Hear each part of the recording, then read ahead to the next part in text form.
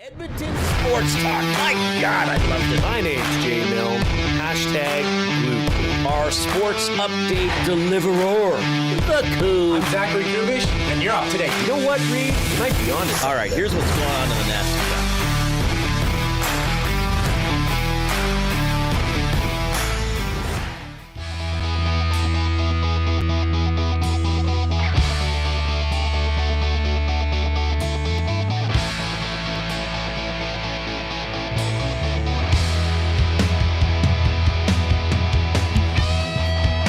Okay, Elks Argos tomorrow night. Depth chart put out today by the Green and Gold. Vincent Blanchard, the rookie, he's going to have to both place kick and punt as Cody Grace is on the injured list. So that's a significant change there. We'll talk more about that as we move along throughout the course of the afternoon. So play Alberta Field at Commonwealth Stadium tomorrow night. It's a 7 o'clock game, Elks against the Argos.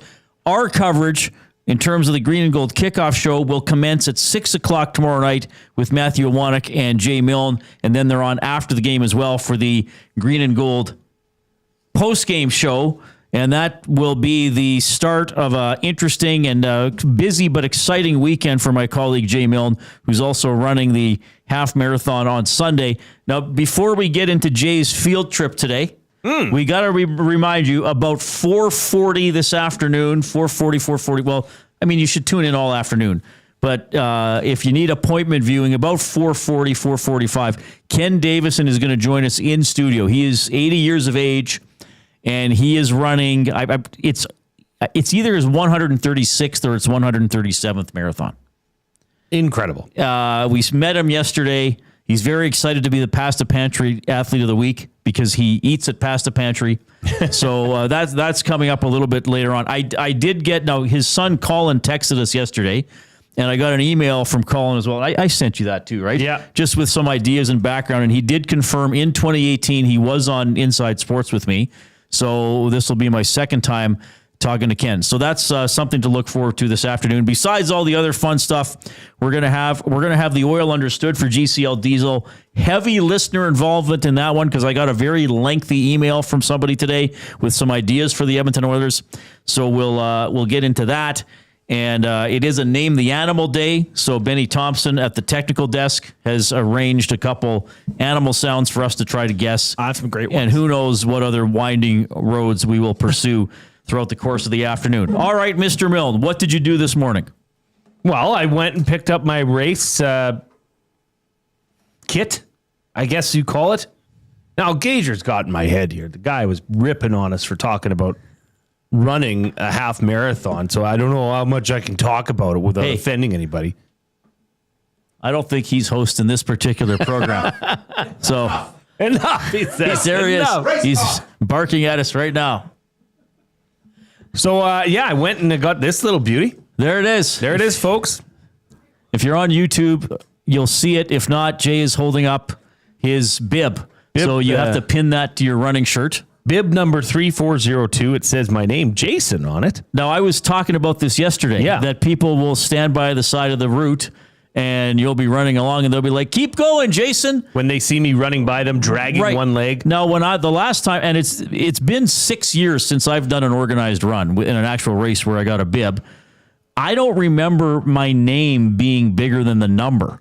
I remember the number being centered like your name is, and then the name would be smaller and in the corner where your number is on this one. So they've decided to make the name even bigger. Are you comfortable with everybody just knowing you're Jason? Yeah, sure. All right. It's got my wife here as my emergency medical contact. Is there stuff on the back? Yeah. Well, I've never seen that before. And it says medical information, of which I have none. It says age 43. Well, that's accurate. Sex male. As often as possible, please. Is that what you wrote on the sheet? Yeah. And then there's this little RFID tag on the back. That's so this, So that's probably why they used to have the it timer with your number bigger than your name. Because maybe at that point, there was no RFID. Right? No, so when I they were did. hand recording things? Oh, I don't know. Like the last time I ran, the sensor was on the bib like this. Though I think I said yesterday, the first couple of races I did, you got something to loop through your shoelaces, and that was your chip. But I don't think I've seen a bib with this emergency contact information on the back before. That's interesting. Yeah. That makes sense though, because if you fall down in an area where maybe there aren't a lot of people or somebody just comes across you, maybe they'll see that on the back of your bib. So how did you feel? Tell everybody what was going on at the convention center and what you saw. Yeah, the whole Hall D, the entry to Hall D is where you pick up your race kit, and it was quite. I thought it would be busier, so I think it opened at 9 today. I specifically didn't get there till about 10:45. Okay, and I was in and out of there in 10 minutes. But there's huge running room setups. There's huge glasses. There's earbuds. There's a lot of things there that you can purchase, and you get your kit, and then you got to take this thing over, and they suggest you tap it to make sure so it that works, the information that comes up on the screen is accurate. And you got your shirt, which I know you didn't bring here, but you get a shirt with it as well. Yeah. And was it still set up? And I'm going to go Saturday. So Jay is such a nice guy. He's the glue guy. He texted me, or no, you called Hernan. And then Hernan said, do you want Jay to get your kit? Because if you send him a picture of it and permission, you can get it.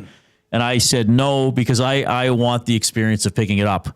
So is it still set up where you got to walk through all the exhibits to get to pick up your package? Yeah. Yeah, of course. So of course. Just in case, just in case you want need to stop something. and drop $500 on something. But I don't know. I think there was like a giveaway table too. Yeah, there's probably spinning wheels and stuff. I think if you're running like a big race, or if you're maybe sponsored, there was a section where you could pick up your glasses too, or something. Or because you can take, you can give to charity, or say I'm running for the Heart Stroke Foundation and I've raised $500. Yeah, stuff like that too. I just didn't do any of that. I just got in and got out. Yeah, I don't know if we're fast enough to get sponsored running. No, like, hey, is this Lou's Trucking? Yeah, hey Lou, Jason Milne, probably going to finish 700th, maybe 800th in the half. What do you think? You want to take a shot? Kind of like tarp auction for the. I mean, I can go to auction like they do for the Calgary Stampede, or you can just give me the money now. Yeah, 700. How many people did they say was in? What did 8,300? 8,300 is the whole weekend. I don't know if he said for each individual race, but the half's the most popular distance. I think the half and then the 10. And then I don't know, but it's a lot of people. So you're one of them, and you're ready to go. Did you enjoy? Because I enjoy this experience of going to get the thing and then pinning the bib on my shirt. It's sort of almost ritualistic, getting more in the mindset of doing it. Yeah, I don't know if I'm going to wear the shirt that came with it. No, you don't have to. I'll probably wear my EST shirt because that's a comfortable, nice. Oh, you like wearing the traditional? Just a cloth, so to speak? Okay. Give me a t-shirt so I can sweat. Give me running shoes. Yeah. Shorts and a pair of socks. I'm good to go.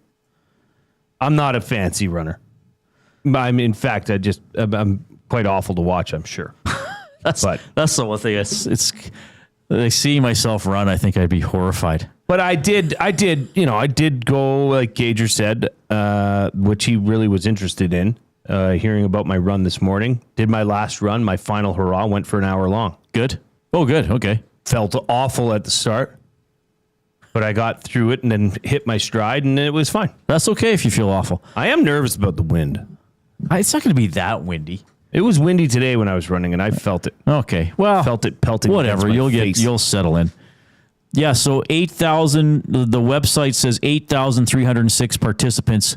That's all events. So there's a marathon, a half marathon, a 10K, a 5K, and I think there's the 1K kids fun run and walk. So I don't know if that's included in the 8,300. You know what I think? I think there's runners' jealousy in the office. From who? From who to who? From everybody that's hating on it. They're just like, well, if I can't do it, then I'm just going to make these guys feel like idiots for talking about it. That's what's going on. And I'm fine with it. You know, if you want to be that petty and have that perspective in life, then go ahead. I'm the one running the race, not you, bro. Yeah, you're doing it. Yeah.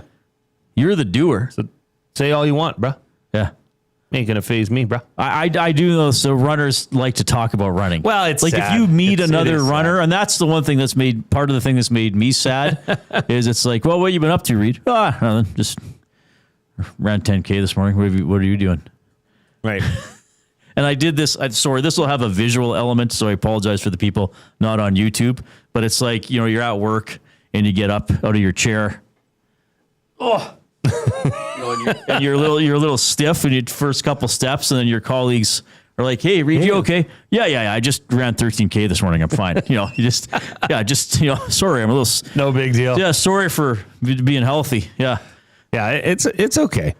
I can take the heat, but I do understand. It's probably equatable to those that just talk about their fantasy football team or how they did in fantasy football. Worst. That is the I think worst. that's what we've become though as the running group in the office.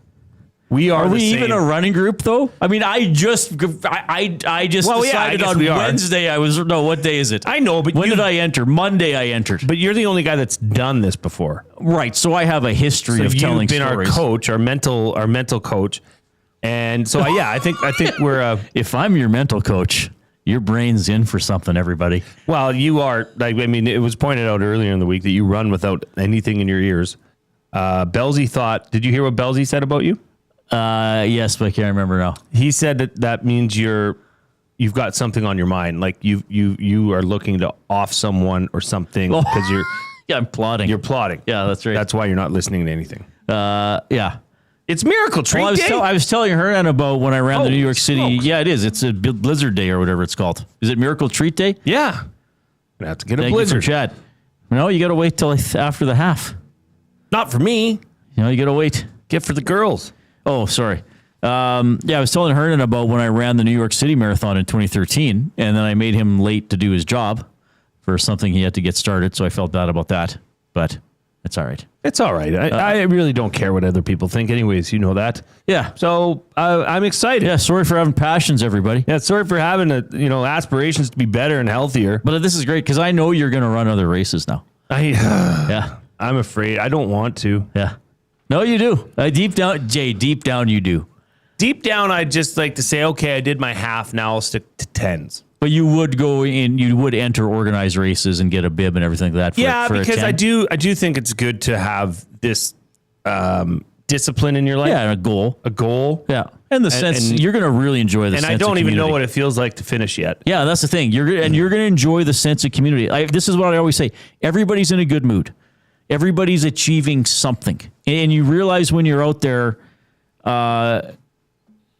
You don't know anybody's story, but they have a story about getting to that finish line.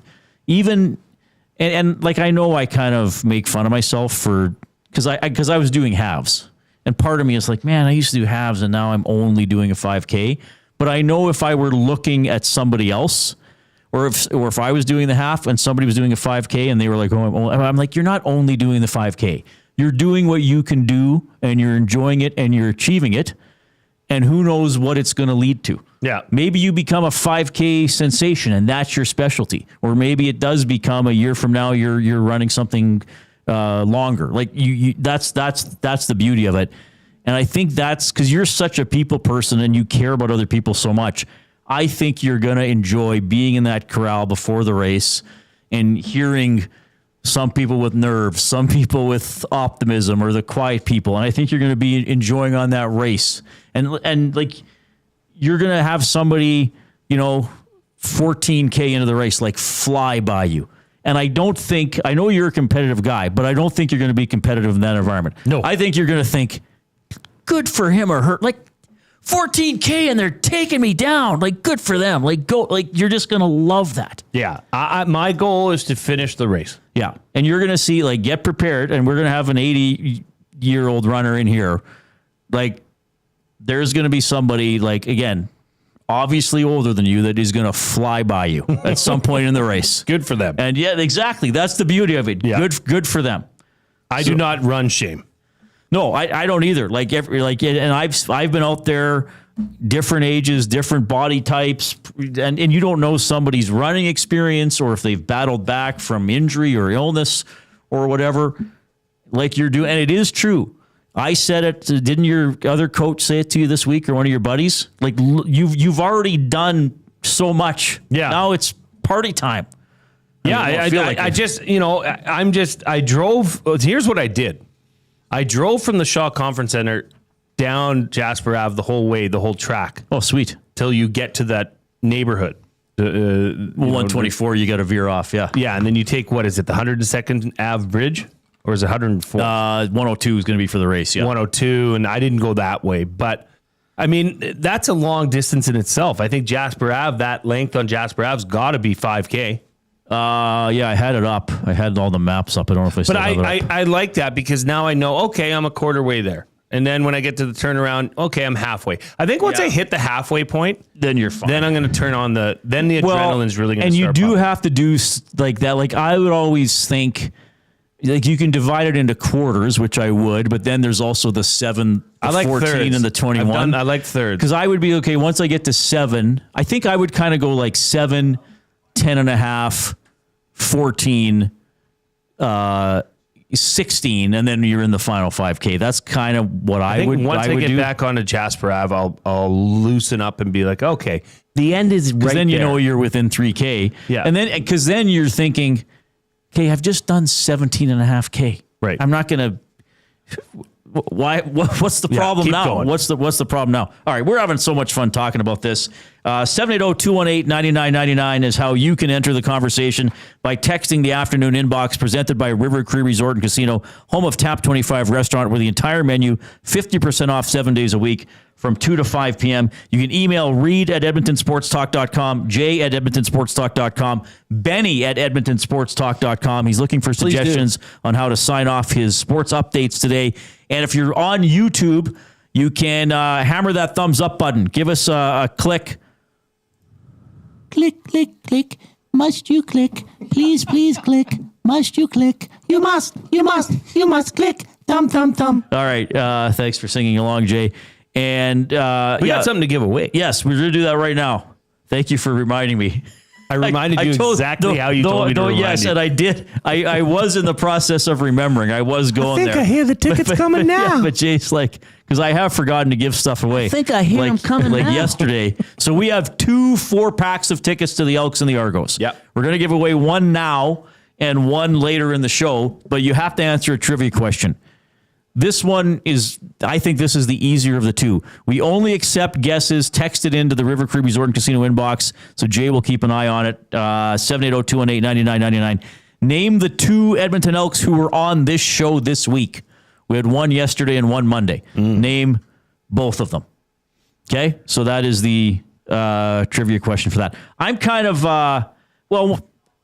sad I'm not working Monday. Right. Because you're going to give the full, I'll have to tune in. Oh, yeah. When do I have my Fringe shows on Monday? Thank goodness I have a calendar on my phone. Maybe you can join Because remotely. I have a triple header at the Fringe starting at 5 on Sunday. So I should be able to take in the first hour or most of it. Sure. It'll be Matthew Awanek. Maybe I'll drop by. Maybe I'll swing by. But I'm so looking forward to hearing about, and Hernan's on earlier, so we'll have to hit, I just want to know how it goes for you guys. But I'll text you. And my plan is, sorry I'm talking about the run so much, I'm so genuinely excited for these guys. You are. And the closer I'm getting to doing my 5K, I'm getting more excited.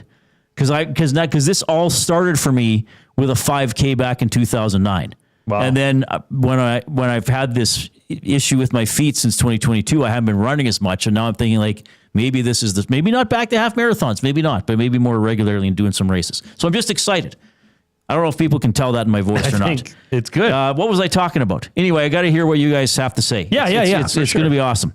All right, so name the 2 Elks who were on the show this week. That's to give away 4 tickets to the Elks and Argos. This should be a hot ticket to go to this game. I mean, it feels, hopefully things are starting to turn in the right direction for the good old Double E. William Huff provides the off-topic topic. Since 1952, William Huff has provided industry-leading advertising solutions for thousands of valued clients. Their unparalleled customer service, combined with decades of industry expertise and a desire to make every job the very best it can be, is what they call the William Huff Advantage. Visit their website at williamhuff.com or give them a shout, 780-454-4536. So on the running topic, we're going to have Ken Davison in studio, 80 years of age. He's coming up. He's done over 130 full marathons in his life. So our off-topic topic is, what is some sort of physical activity that you'd like to be able to do in your senior years? Now, we don't need 4,000 texts regarding the physical process of lovemaking. The obvious answer. Yes, that's so if we're talking about running, golfing, I'd like to be able to do this, something like that. So that's where we're going for with that. So tell us, and we realize we might have some people who listen to the show, well, I'm sure we do, who are seniors themselves. What is something that you do that you're grateful to do? Or again, maybe something you'd still like to do. For me, Jay, it really is to be able to be some sort of a runner even into my senior years. Even if I'm going out there and I'm running 3K twice a week, I would love to be able to do that. This one's as clear as day for me. Okay. Running, I find it would be hard on your joints. Fair. So that concerns me. But that's why I've accepted I might have to scale back the distance. But golf. I want to be able to golf till the day I die. Till you expire. Yeah. So, and it's just because I think it is an ageless game. You can golf. You don't have to swing as hard as you used to, but good. You can walk. You can get your exercise. Play with my wife. I can also play with my kids. Yeah. They're into golf already. I wanted them into golf so that we can play later in life. Oh, that's cool. That's a good idea. Because that's just an easy thing you can do as a family. Yeah. So golf. That would be up there for me too. Though I have found since I've had this issue with my feet, I haven't been able to golf as much either, and I have missed running more than I've missed golfing. We do have a winner, by the way. Already. Should we give out the name? Well, sure. Why not? Congratulations to Alicia Hemming. I didn't know you were doing that. Sorry. Alicia Hemming nailed it. So I'm going to, and the names of the people that were on our show were Kion Julian Grant and yesterday David Beard. All right. The show, the trivia question in the final hour will be more difficult. Yeah. Because you'll have to think before you think about it, right? Yes. Like once you get it, it'll be easy, but you'll be some thinking to get to the easy part. Is that fair? Yep. Sort of? Yep. That's enough of it. That one stumped me, by the way. That's a good one. Like that is a good one. Because it's a bit of a the way I'm gonna tell people, it's a bit of a distracting question, right? There's some information that is distracting. Yeah, you got to listen. Yeah, you got to listen close. Okay, so the first two responses, oh boy, were from Barry and Jen. You can't be filthy. Both said to still have hanky panky. Like, and we just said that's not. We assume that. And both of them said without hurting themselves. Are they together? Are they together? Is that a couple? I don't think so. It together with each other? No, I don't think so. Maybe. I don't know. I know Jen's married, but I don't know. I don't think Barry's her husband. But yeah, that was it right off the bat. We called it. The topic we say, look, don't send in 4,000 texts about having sex. Those are the first two that we get.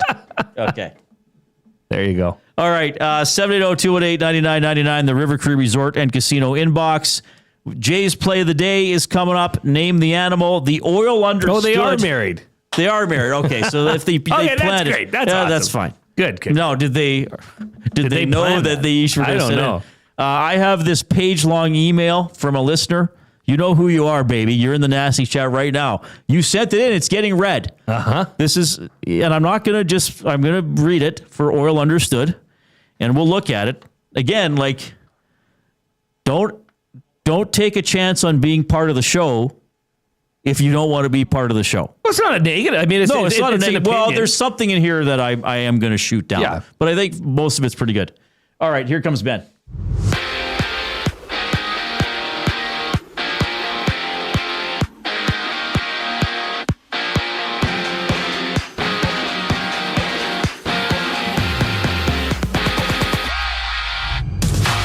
CFL Week 11 kicks off tonight with the Blue Bombers taking on the Redblacks. Winnipeg sits at 4-4 and looks to move above 500. Kickoff is at 6:30. In the majors, the Blue Jays took down the Cubs this afternoon. Vladdy Guerrero Jr. hit one out of the park for a 2-run homer that put the Jays over the edge as they win 2-1. On the hardwood, the Stingers square off with the Calgary Surge in their West play-in game at 7:30. Catch it live on our audio streams only on Edmonton Sports Talk. On the ice, Mammoth 4th overall pick Caleb Desmarais will miss 12 weeks after undergoing wrist surgery. And in golf, Victor Hovland and Ricky Fowler are tied at 3 under at the BMW Championship as the tournament resumes from delay. The Sports Update is brought to you by Clover Bar Feeds. Clover Bar Feeds has all the animal feed you'll need. Get top-notch service and selection from their family-owned business. Visit Clover Bar Feeds at 200 Portrait Close in Sherwood Park or call them at 780-467-5014. More of Reid and Jay on the other side of the break. I'm Ben Thompson, and you've been fed. Two guys and a goalie. What do you think of Nurse convincingly winning over Justin Schultz? I agree with it because Justin Schultz was here at a time when everyone was bad. Although he had high hopes put on him by Mac T, Darnell Nurse has been here for the rebirth of the Oilers becoming a powerhouse. Of course, his play is going to be scrutinized. Two guys and a goalie, presented by GS Construction. Tuesday and Thursday afternoons at noon, only on Edmonton Sports Talk. Your clear choice for Edmonton sports. Win a trip to Osheaga with the Banquet in Aperol. We're sending one lucky guest to Montreal with flights, hotel, and 2 tickets to one of Canada's hottest music festivals. Enter by July 26. Details in store or on the Banquet app. Get real. Play hard. GCL Diesel has been serving oil country since 1972. From diesel cars to SUVs to pickups. From farm tractors to school buses to a big rig. From diesel generators to forklifts, GCL can test, troubleshoot, and repair all diesel fuel system components. Whether it's injectors, pumps, turbos, filters, or additive, GCL has the parts you need to keep your diesel running the way it should. For genuine diesel parts at wholesale prices, visit GCL Diesel in the West End or online at gcldiesel.com. GCL Diesel. Diesel understood. Summer in Edmonton means 3 things: warm weather, long nights, and plenty of sports. From the lake to the links, you can boost your summer fun with hundreds of casino games, live betting on your favorite sports teams, and access to popular lotteries. All in one app, anywhere in the province. Download the Play Alberta app today and deposit $20 or more with promo code YEG50 to claim a $50 free bet. That's promo code YEG50 for a $50 free bet on us. Redeemable once per Play Alberta account. Remember, if you gamble, please use your game sense. Goodbye. You sure are going to miss them, but their room would make a great yoga studio. Store their childhood treasures safely with Sentinel Storage and find some space for you. Try 4 weeks free. sentinelstorage.ca.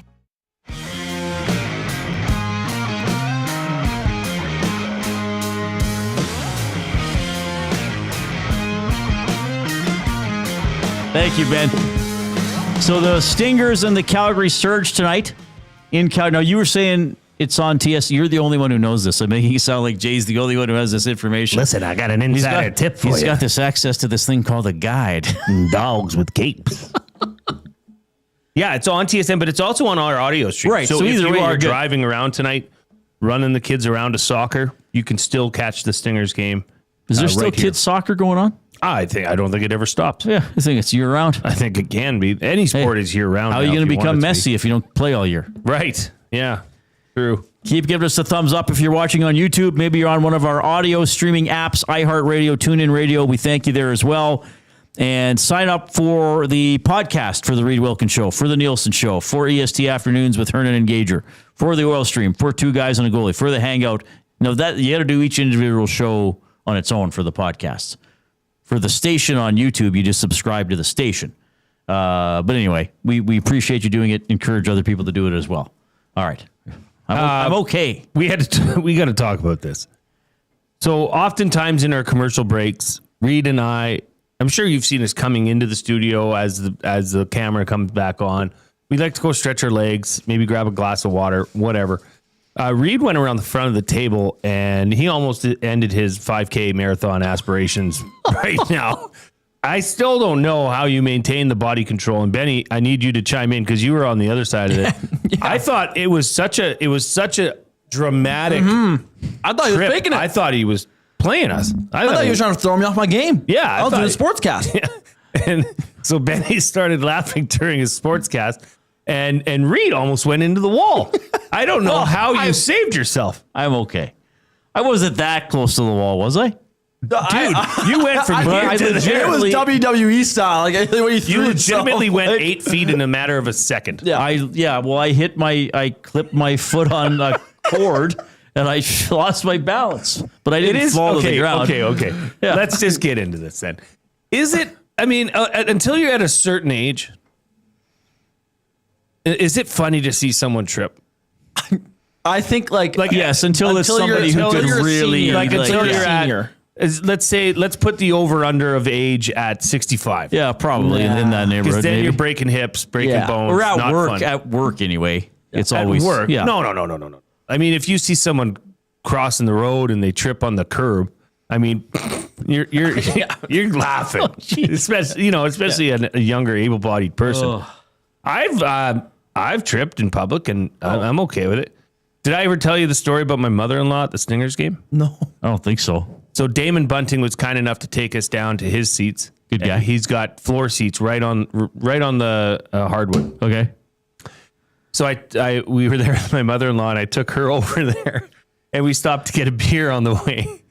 And we're coming down the stairs to, floor level. But the floor it's wood, it's hardwood. So it's about a 3-inch riser to get onto the court. Okay. Of which there's no ramp. Nothing, like, you just, if you know, you know. She didn't see this, so she had a Corona in her hand, and she tripped going up the court, getting onto the court, and fell front row. But she was fine. She laughed it off. She's a good sport. Like, that's just my mother-in-law. She would laugh it off. But the thing was, the beer was salvaged. Oh, wow. And everybody was standing up, clapping for her. It was awesome. Big Uke was there. He says, Big Uke saw it. Jay's mother-in-law was the best fall I've ever seen. We still laugh about it. It's okay to laugh when you fall. Yeah, well. As long as you get back up. I mean, Reid, I was concerned for you. Well, what was going to happen? I didn't go down. I just hit it, and then I got walking again. You did. But it was a really good fall. Like, it was a really good trip. I would rate that at 8.5 out of 10 in terms of trips. Well, thank you. Because you really sold that. I have a sense of accomplishment. Probably a higher score than I'll get on Words of the Day later. Maybe. Probably a higher percentage. The Simpson family are cooking up another 2 words. What are you talking about? Bruce Simpson. William Huff, Bruce Simpson from William Huff, and they're doing more Words of the Day today? Well, until Mike the Michigan fan did it, and then you finally defeated him. You got a passing score, so we stopped it. Really? Until you get a passing score, the William Huff team's going to be throwing you words, bro. Oh, no, bro. Well, really? Yeah, that's the way it is. Well, I'll have to look up through my aperture. What was the word for skylight? No, what was it, Ben? The what? I can never remember. That other word for skylight. Oh, the Abat-jour. Abat-jour. Yeah. It's abat-jour. Right, but you don't really say the You T. say abat-jour. Abat-jour. Well, of course. As anybody with an abat-jour would know. It was sure petrichor when I left the studio yesterday. I think that was... Okay, so I think we have used that word twice. My buddy Sickler texted me right after, and he said... Sickler knows. Sickler knows. He's got a mind like He's that, one of the too. sharpest guys in the Edmonton I'm not region. kidding you. Like, his mind is crazy. If you ask what we did on our grade 7 basketball tournament, you know, he'll remember the names. He will remember who's there. He'll remember where it was, everything. He said he thought we did petrichor before. Well, and when you said it, I was like, I know this word. I've dealt with this word before. All right. Here comes Matthew Awanek. Watch the chords, Matthew. Senior activity you'd like to, or activity you'd like to be able to do as a senior. Collingwood Rob says, I would like to be able to continue traveling the world in my 80s. I'm 62 right now. Oh, that's a good one. Well, I certainly hope you can continue to do that as well. Bronco Nick, I got my daughter into golf a bit. She comes along and enjoys it. Gives us time away from my wife, who enjoys the alone time as well. Oh, okay, good. Win, win, win. That sounds pretty good. Yeah. James Barrels in the nasty chat. Oh, James is going to be featured later on in the show. My grandpa was the type of golf lover that would call in rule infractions he saw on PGA broadcasts. Yes. That's funny. Yeah, we talked about that. Didn't we do that, part of a show on that? Calling in the rules infractions? That's one of the weirdest things ever. That is an odd, what would you call that? A pastime? I guess, yeah. Obsession, I would think. Obsession might be better, yeah. Jay and I coming to you from the Banquet Studio. Make your birthday epic at the Banquet Bar. Bowling, drinks, and a vibe you won't forget. Book your party now at thebanquetbar.com. Last night I watched the first episode of that Alien Earth series. That new. No, you're probably not into this at all. I saw a thing for it. So first of all, get this. So remember, I've told these stories more off air to you. Like, there was some frustration with my parents' cable, and they switched from Shaw to TELUS. Sure. And then with TELUS, they were supposed to get Disney Plus included, and they didn't get an email to activate it. And I had to call So anyway, I try to watch something with my dad, and he kind of likes a lot of the science fiction. He's like, hey, this alien show came out. Let's watch it. He's like, okay, yeah, I think you told me about that. So I go into their Disney Plus, and I can't find it. And I'm like, I'm pretty sure it's out. So I Google it. I released on Tuesday, and I can't find it. And I'm like, what would possibly the problem be? So I was like, hey, I'm going to go use your computer and check something. They could not access anything that was rated above 14 plus for a rating. Oh, that's how the Disney Plus loaded. That's the default setting. So and you can only change it online. So I went onto their Disney Plus online, parental controls, changed it that they can watch anything, and then there it is, Alien Earth. Oh, isn't that strange? Well, maybe it's not strange if you have kids. I don't know. It's probably just the safest play. I guess. If you did and you're just like, oh, here you go, kids. We got Disney Plus today. Go knock your socks off. And then they're watching, R-rated movies or, movies meant for adults. I guess. So is this, do they interview James Cameron on the making of Alien? Is that what this is? No, it's a fictional series. Oh, okay. It's set in like 2150 or something like that. And it's a spaceship coming back to Earth carrying dangerous aliens, including a facehugger, and then something happens on the ship, and the aliens kill everybody, and the ship, well, not everybody, and the ship crashes on Earth, and now these dangerous organisms are going to be unleashed on Earth, I guess. I'm just curious if other people watch it. I thought it was good.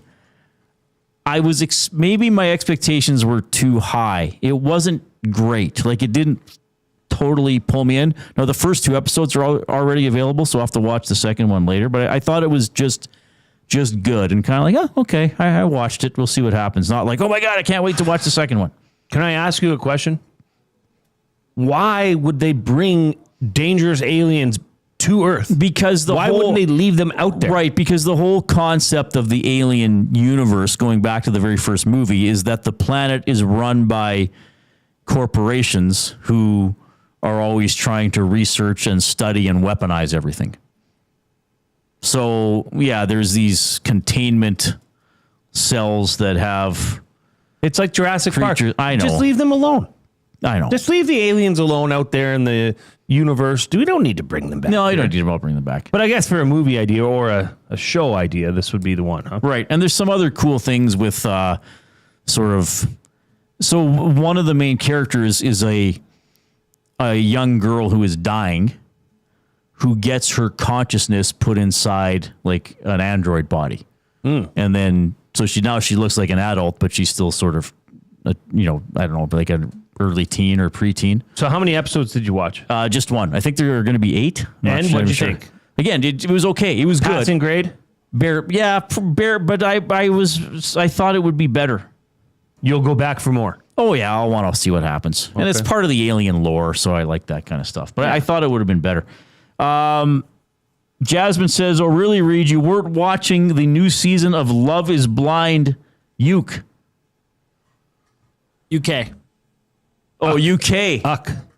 I think you misread it. I think she said blind uck.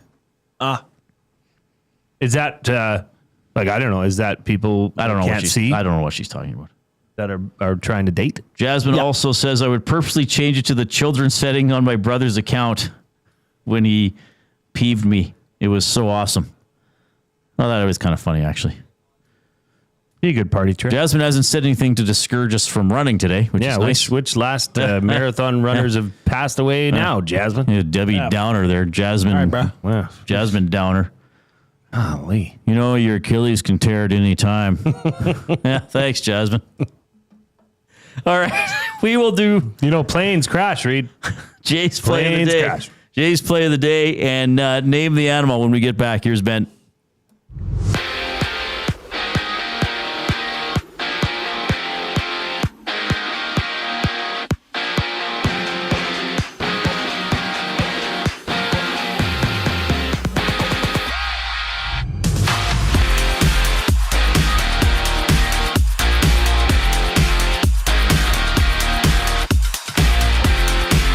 CFL Week 11 gets going tonight with the Blue Bombers facing the Redblacks. Winnipeg is 4-4, aiming to get above 500. Kickoff is at 6:30.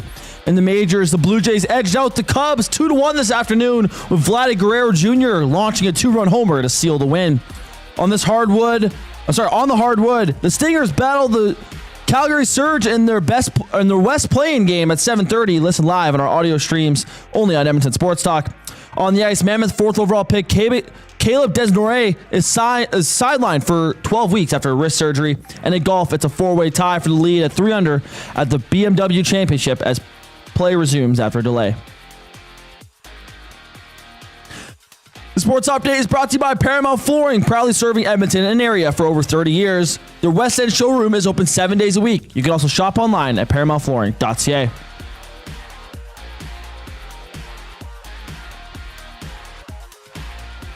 Jay's play of the day on the other side of the break. I'm Ben Archer, and no soup for you. The Oil Stream. Which trade /signing/hiring/firing/draft pick by the Oilers was the biggest blunder to hinder them from winning the cup? I'll put Lucic signing. I think the Jack Campbell one's pretty obvious. Big Uke says Shirelli in general. But that could be it. I mean... And that's a good point. It goes because he kind of started good. It did start. The Oil Stream, presented by Boston Pizza. Monday, Wednesday, and Friday afternoons at noon. Only on Edmonton Sports Talk. Your clear choice for Edmonton sports. Gallo LLP is an Alberta-based accounting firm with expert chartered professional accountants in both our Edmonton and Sherwood Park accounting firms. Our experienced and innovative accountants provide financial advice that saves our clients money. Simply put, we help our clients protect their assets and grow their businesses. At Gallo LLP, they go beyond the numbers to ensure the continued success of your business. Reach out to Preet or John to discuss how they can help your business grow. Visit gallollp.ca today and see how they can help you take your business to the next level. Do you have pets? Horses? Chickens? Did the place you used to get your feed recently close down? Have no fear. Clover Bar Feeds is here. Whether it's dogs, cats, horses, or chickens, Clover Bar Feeds has you covered. Offering a large variety of food and feed, you can trust the experts at Clover Bar Feeds. They've been family owned and operated for over 60 years. This means you can expect nothing less than top-notch service and selection. Come visit them at 200 Portage Close in Sherwood Park or visit them online at cloverbarfeeds.com. Everyone knows when you need a truck now, you call Dawn. That's right. You call us, Frontier Cartage, when you need driver coverage or have a truck that's down. You call Dawn from Frontier Cartage. When you've got way more freight to move than you thought. You call Dawn from Frontier Cartage. When you need a truck that's available and ready to start anytime you need. You call Dawn at Frontier Cartage, 587-222-5826. 587-222-5826. Looking for quality building materials and friendly advice? Visit us at Windsor Plywood Leduc, family owned and locally run since 1993. From interior materials for doors, flooring, baseboards, and all the finishing touches to all you need for your outdoor projects like cedar lumber for decks and fences, plus all the plywood you'd need. Our full-time on-staff carpenter can help with anything odd-sized or custom, and from domestic hardwoods to exotic selections, we've got you covered. And if we don't have it, we'll track it down for you. Windsor Plywood Leduc. We're the experts you need to know.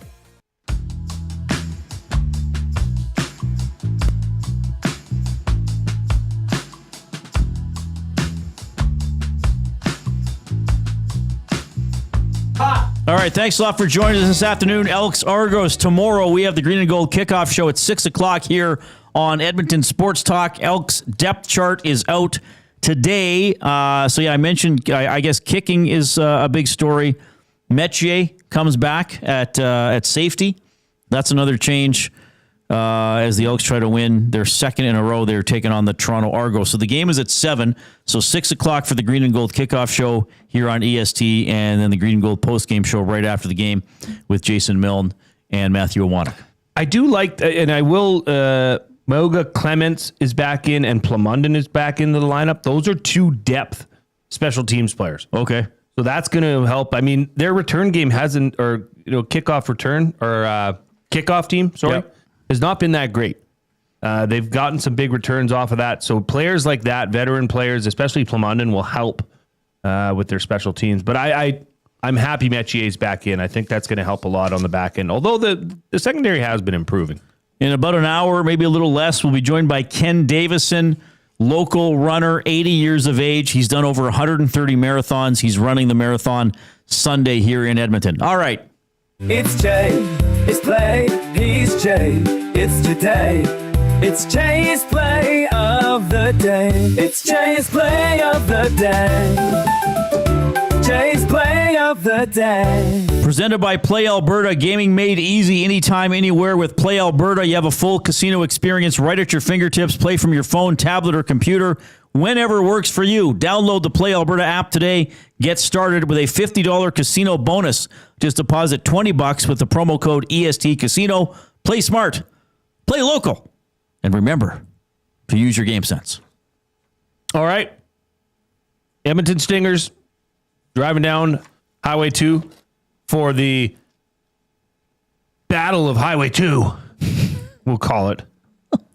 We can say Battle of Alberta. Yes, you can. We just can't print it. Profit it. Okay. No. So that's happening tonight. Look, the Stingers are on a 3-game win streak. Sean East, the second, set the CEBL scoring record at 546 points. 2 of his 3 best performances this year came against the Calgary Surge. Okay, they beat them 2-1. Edmonton has, talking to Jordan Baker, they've got a game plan. They've got to slow the tempo down. And I think they can. I think they can get out to Vancouver and win this game. The Stingers, it was on the money line plus 123, but Play Alberta has boosted it to plus 135. So if you want to ride with Jay, playalberta.ca. Head over to sports, click on EST specials, and you'll find a boatload of specials in there, including Jay's play of the game. And tomorrow we'll talk more about Jay and Matt's big play of the game, but it's there and it's attainable. It's a good one. It's a nice little parlay that Maddie and I put together. Where was this one here? Right, the Lock Shop Partner parlay. That's for tonight as well, and I think this is a reachable bet. It's plus 620. Brady Oliveira, 72 plus rushing yards. Hardy, 67 plus receiving yards. And Eugene Lewis, 63 plus receiving yards. Drew Brown is throwing, upwards of 300 yards every game. If that's going to happen tonight, Eugene Lewis and Hardy are going to be a part of that. So that's a really nice play. That's also up there. That's plus 620. So check them all out. See if you want to ride with any of those. Once again, go over to playalberta.ca. Click on sports, click on EST specials. You'll find all of them there. And don't forget to use your game sense. It's Jay, it's play, he's Jay, it's today. It's Jay's play of the day. It's Jay's play of the day. Jay's play of the day. All right, presented by Play Alberta. Good stuff. Oh my goodness. Is it that time of the week already? Speaking of memorable jingles.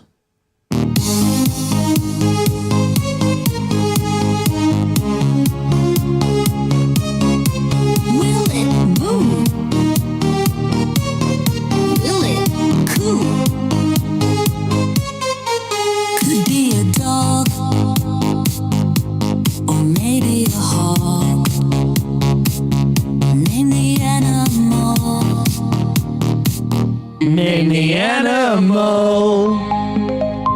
What a jingle. All right, what a jingle it is. It goes on a little longer than that, but I don't know if we need to hear the entire thing every time. Okay, so this is Name the Animal. Now, first of all, you as an audience member are welcome to participate. In fact, we encourage you to participate. I would say if you're at work or at home, gather people around the old speaker. Say, hey, just take a break for 2 minutes or maybe 12. And let's see who can figure this animal out first. Let's see who can do it. I love it. Maybe have some internal wagering in the office. Yeah. Well, I don't know, or whatever. Or if you're at home or call up grandma right now and say, hey, grandma, let's see. Whoever gets it has supper made for them. Yeah, exactly. Whatever. But you can text or post what you think the answer is in the Nasty Chat, but you can't win anything. Okay, if you guess before we do, this is purely for entertainment and information purposes. And our screens are down. Our screens are down, so we're not looking in the chat. We want to try to get it ourselves. So here's the thing. Earlier today, Ben Thompson went to the Edmonton Sports Talk. I don't know what to call it. Zoo. Yeah, we have to call it something else. Enclosure? Yeah, the enclosure. The animal enclosure. Paddock? And he, depending on the size and temperament of the animal, he either recorded the animal's sound or brought it back with him, and he has it behind his screen there. So he will either play a recorded noise of the animal or prompt the animal to make its noise, and then it is up to Jason Milne and I to name the animal. Oh, well, he's giving us a hint right there. Giving us a hint. Okay. Or is he? Okay. I'll say, so I have 2 for you. Okay. Oh, wow. Well, if we have time. Depends how long it takes us to get the first one. Okay, first one's easier. Second one's harder. Okay? This is the first one. Plays. Hold on.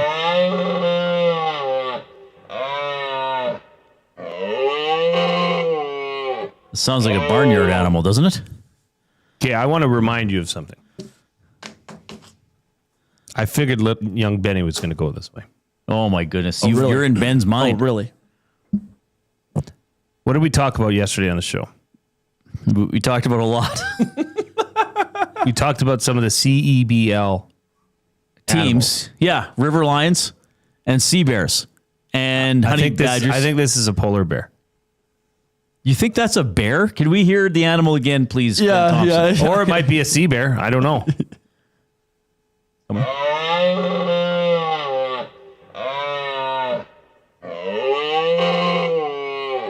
Oh, it could be a lion. I think it might be. It sounds almost cowish to me, but I agree. I could see a polar bear making that noise too. Hang on, play it again. It could just be a cow. Go again. Why is he so giggly all of a sudden? That's just a cow. I've never seen Ben giggle like that. That's just a cow. Should we just guess cow? Yeah, we're guessing cow. Is it a cow? It is not a cow. Okay. Is it a barnyard animal? It is not a barnyard Okay, animal. then I think you're right then. Polar bear. It is not a polar bear. Is it a some sort of a bear? No. Woo-wee. Well, we're out of guesses. Good night, everybody. Okay, so now we're stumped. Now we're screwed. Is it a vicious animal? Like some would say yes. Yes. This thing would absolutely kill you. Okay, so is it a lion? No. Is it a CEBL team? It is not a CEBL team. This is the easier of the two, Jay. Mm-hmm. This, I will give you another hint. This animal is pretty, you can see a lot of these around Alberta. Is it a feline type of animal? It's not a grizzly bear? No, it's not a grizzly bear. Not a bear. Is it a feline type animal? Like a bobcat, something like that? Cougar? Lynx? No. You see a lot of these animals. You can see these in Alberta. Is it a bison? And it's not a bison. Buffalo. Yes. It's not a buffalo. Because they're on the right track. And it's not found on any sort of farm. I'd be shocked if there's a farm. It's a wild animal. Yes. Is it larger? Like what about a moose or an elk? It's a moose. It's a moose. It's a moose. There we go. Yeah, we should have got that sooner. The elk have a very shrill noise. That's how this all started. You know what they call a pack of moose? Mooses. Yeah. That's okay. Is that a biblical reference? Moses no, wait. would be. Sorry. We got time for another one. Yeah, but I was going to do another one. What else do we have to do? This is this one.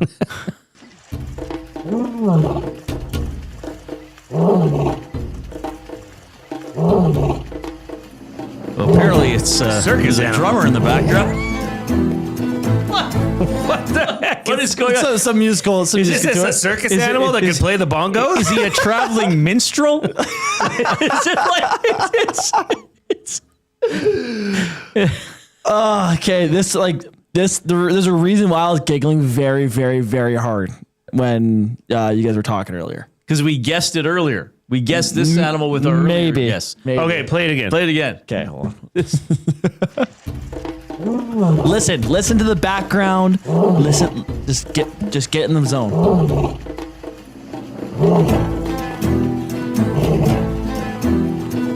Oh, is it from Game of Thrones? I found this on YouTube. So, is that a lion? Is it like Spanish music? So it's like a bull? What kind of lion? So it is a type, it's a lion. A river lion. It is a river lion. Oh! Bingo, bango, bongo. So I didn't realize there actually were river lions. It took me so long to find a video of a river lion. And eventually I found one. That was the So a river lion is a species of lion? No, when you Google river, it's a lion by a river. By a river, It's, okay. it's traveling through the river. Yeah, because when you Google river lion, the first thing that comes up is indeed the Niagara River Lions of the Canadian Elite Basketball League. Or a fictional creature from Star Trek. Oh, really? A river lion. I didn't know that. Play it again.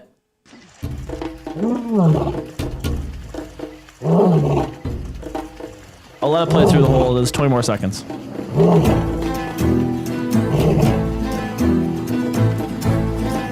I'll translate what he's saying. Play for me, boy. Play for me. Because then as soon as the music stops, he stops growling. Oh, this is too good. The river lion was a name given to the dominant predatory animal life form on Epsilon 17 by Starfleet. There you go.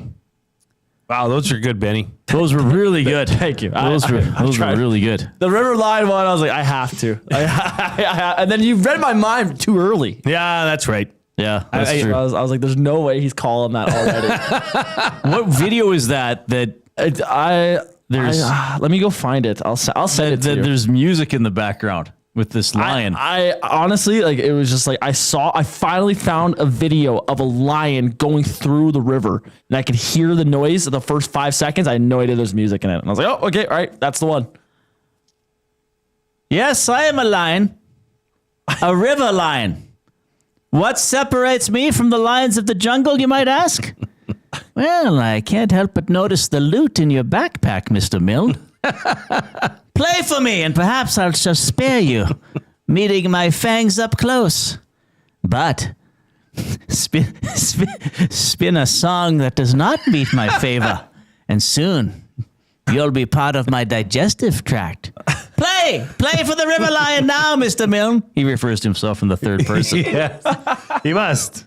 He must. I emailed you the link of the YouTube short that I found for it. Oh, but the river lion, but he has like a human kind of like second in command that he makes him do all this, and the river lion's like. Does the human in command interpret for the river lion? No, the river lion speaks. Well, I don't know. I guess I never thought of that, but the river lion would be sort of a rustling. A rustling, is that our next minstrel? And then the second in command is like, yes, sir. I think I hear him coming now. That's what happens on the shores of the mighty Niagara. Mighty Niagara, yes. The Niagara River. Yes.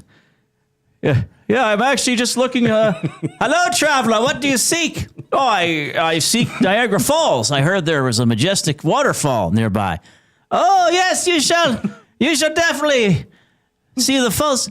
Should your tune, should you play a tune? He sounds more and more like the book guy. I have one voice, everybody. I'm sorry. He throws a set of bongos at them. Yeah, play for me, boy. Play for me. And perhaps you shall complete your journey to the falls. They're just around the bend, you know. And his human is just like, oh, yeah. Play for me, boy. I think I hear him coming now. Okay, this is fun. Thanks for checking out the show. We have to do the 4 o'clock break. We have the oil understood coming up. We have buying or selling. I don't even know what we're doing for that. I should have paid attention when we were meeting earlier. And at about 4:40, marathon runner, 80 years of age, Ken Davison is going to join us in studio to be the Pasta Pantry Athlete of the Week. All right, here's the break.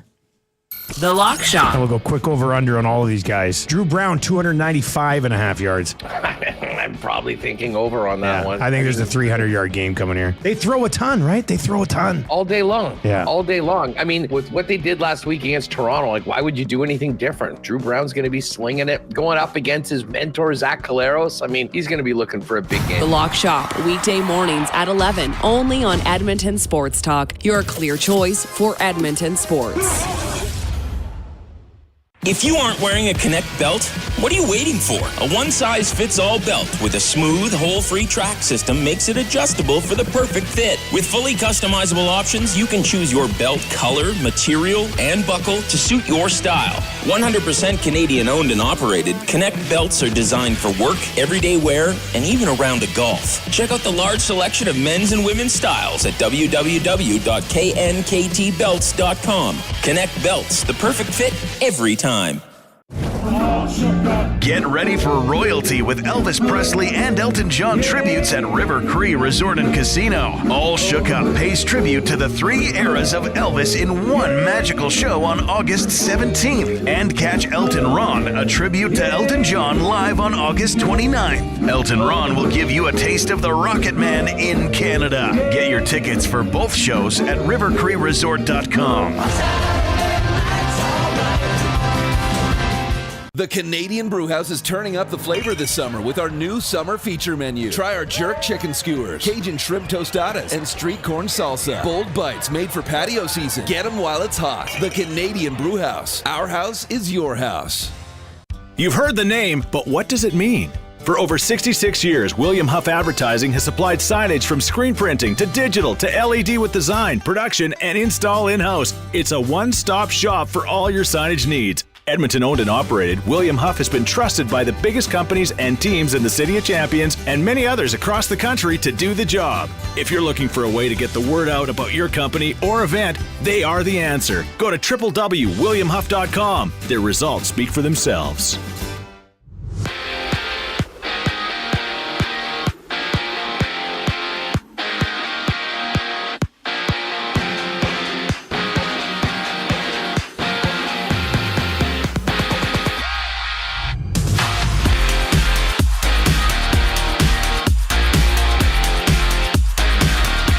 CFL Week 11 kicks off tonight with the Blue Bombers taking on the Redblacks. Winnipeg sits at 4-4 and looks to climb above 500. Kickoff is at 6:30. In the majors, the Blue Jays beat the Cubs 2-1 this afternoon thanks to a 2-run homer from Vladdy Guerrero Jr. On the hardwoods, the Stingers face the Calgary Surge in their West play-in game at 7:30. No, not the Sea Lions. Catch it live on our audio streams only on Edmonton Sports Talk. On the ice, man with the 4th overall pick, Caleb Desmarais will be out 12 weeks after wrist surgery. And in golf, Victor Hovland and Ricky Fowler are tied at 3 under at the BMW Championship as play continues after delay.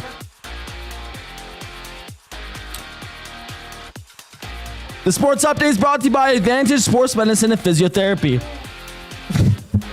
Connor McDavid's got a team full of specialists, and you got a bag of frozen peas. Get the same locker room approach that's trusted by the best in the game at Advantage Sports Medicine. Call 780-460-9977 or visit their website at advantagesportsmed.ca to book an appointment today. More of Reid and Jay coming up. I'm Ben Archer. Big gulps, eh? Well, see you later. Yeah. It's the glue guy, holding it down, you know the vibe. Friday night lights to early morning strides. Used to lace up the cleats, crowd screaming my name. Now I'm lacing up Nikes, but the hustle's the same. Studio lights, hot takes, I'm running the game. Half marathons on Sunday, still chasing that fame. They call me the glue guy, sticking teams together. From locker room speeches to wild podcast weather.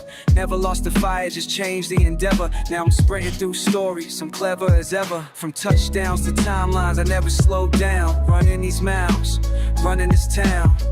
Glue guy, baby, I hold it all tight. From the field to the mic, I'm still in the fight. Remember the days, pads and helmets, bruises and scars. Now it's finish lines, medals, chasing new stars. But I still got the juice, still got the bars, still got the vision, still raising the bar. Half marathon hustle, medium muscle.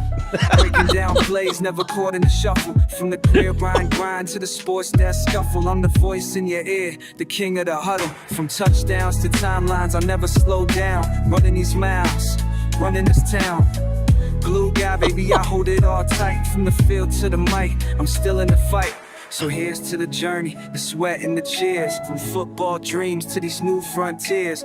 Jason the glue guy, I'm making it clear. Still running my race, year after year. Wow. The glue guy. What's the story there? What was this song titled? The Glue Guy Grind. The Glue Guy Grind. Nice. Brought to you by my friend Dave. Sent it to me last night. He said, hey, put this little ditty together for you. And he sent over a couple other tracks, one of which we'll probably get to later. Just blew my mind. So yeah, there's a Glue Guy song now. That's cool. So who made that again? Dave. My buddy Dave from Ewell. Oh, nice. Okay. Yeah, he's He's a big proponent of the word of the day. Okay. Loves ranking IMDb movies. He can rank a movie. Oh, that's that friend. Yes, he can Right. tell you He the knows ranking, all the rankings. rating of a movie on IMDb without Is he looking listening at it. now? Probably. Okay. Or as some say, probably. Alien Resurrection. Okay. Send it to me. Send it to me. That was cool. So that's the Glue Guy Grind. The Glue Guy Grind. Now, is that put together by... I think he recorded that all himself. He did it all himself. He does all the parts himself. That's incredible. That is some good stuff. I think the Riverline would approve of that song. I think I would get past. Fine, you may pass. Here's a brochure for the falls. Oh my goodness. We were having a good time today. Let me ask you what would happen in this situation. Okay. For our beloved Niagara Well, now I Riverline. got to do it on demand. Well, you Okay. have to. Wow. Now you have to. So what if... They're all so bad, though, really, at the heart of it all. But they're all so bad. Sometimes the saying "so bad it's good" does play. Okay, so this would be an interesting situation. So let's say I walk up to you and I'm the... Okay, am I the Riverline? You're the Riverline that wants music. Okay, and I'm the drummer from Def Leppard. Yeah. Is that a drum in your pack? Well, yeah. Really? Really? So I can play the drums. You fancy yourself a drummer, do you, lad? Well, yeah, I've been there. I can't help but notice one of your limbs. Perhaps an early encounter with one of my kind, Rick? What? You don't think I can play the drums only because I have one arm? Excuse me, I'm just going to talk to my assistant for a second. Boy, prepare the utensils. I think this will be an easy one. Oh, yes, play a song. Try and impress me, young Rick Allen. What did you call yourself? Def Leppard? I've never enjoyed the leopard as an animal, being a lion myself. Well, it's like the River Lion's the bookbinder's uncle or something. They got the same vocal style. Like I really should not be allowed to speak in public. That's the irony of me being a talk show host. Oh, I say but so that's many the perfect space for you. I say so many dumb and weird things. Exactly. That's why you should be. Like Zip texted me it's like Zip texted me that he's laughing at this. It's like Zip. It's the same jokes I've been doing for 30 years. Like they're not fresh. Okay. I think Nate the Builder's in the nasty chat. He's loving the show. He was texting me. His favorite animal is a moose, and he was texting me guesses, and he didn't get it. And he was very. He should have known what a moose sounded like. I know. My goodness. We have like moose stuff everywhere in the house. Everywhere? Crazy. Like everywhere. Like moose paintings? Paintings. There's the antlers. Like many statues of it and pictures and yeah. Moose. I guess that's an antler. I think it's referred to as a rack. Oh. Yeah, moose, it is actually. the moose. Oh, really? I think it really is. Do have nice racks. Does he have a painting Yes. in your house called Moose Walking? That's by a famous Canadian painter. Oh, I didn't know that. Robert Bateman. Robert Bateman, the guy that did all. Like they're super realistic. We used to sell a ton of Moose Walking at Yvonne's Furniture. You sold paintings there. Yeah, and Lynx Dozing. That's another one by Bateman. Well, his stuff's like photorealistic almost. He says, "Damn right I do." There you go. That is Nate the Builder. Okay, I bet you it's in a green framed picture frame. Where's my email? Probably. Okay, I got to get to this. I got it. So Reid. sometimes the listeners provide content. We had an idea for the Oil Understood. Well, we may do it later. The Oil Understood is presented by GCL Diesel, providers of the best diesel engine components around. From turbochargers to injectors, fuel pumps to sensors, they are the critical engine component experts. Proud to serve Edmonton and Northern Alberta for over 50 years, and now a partner of Edmonton Sports Talk and the Reid Wilkins Show. GCL Diesel. Diesel.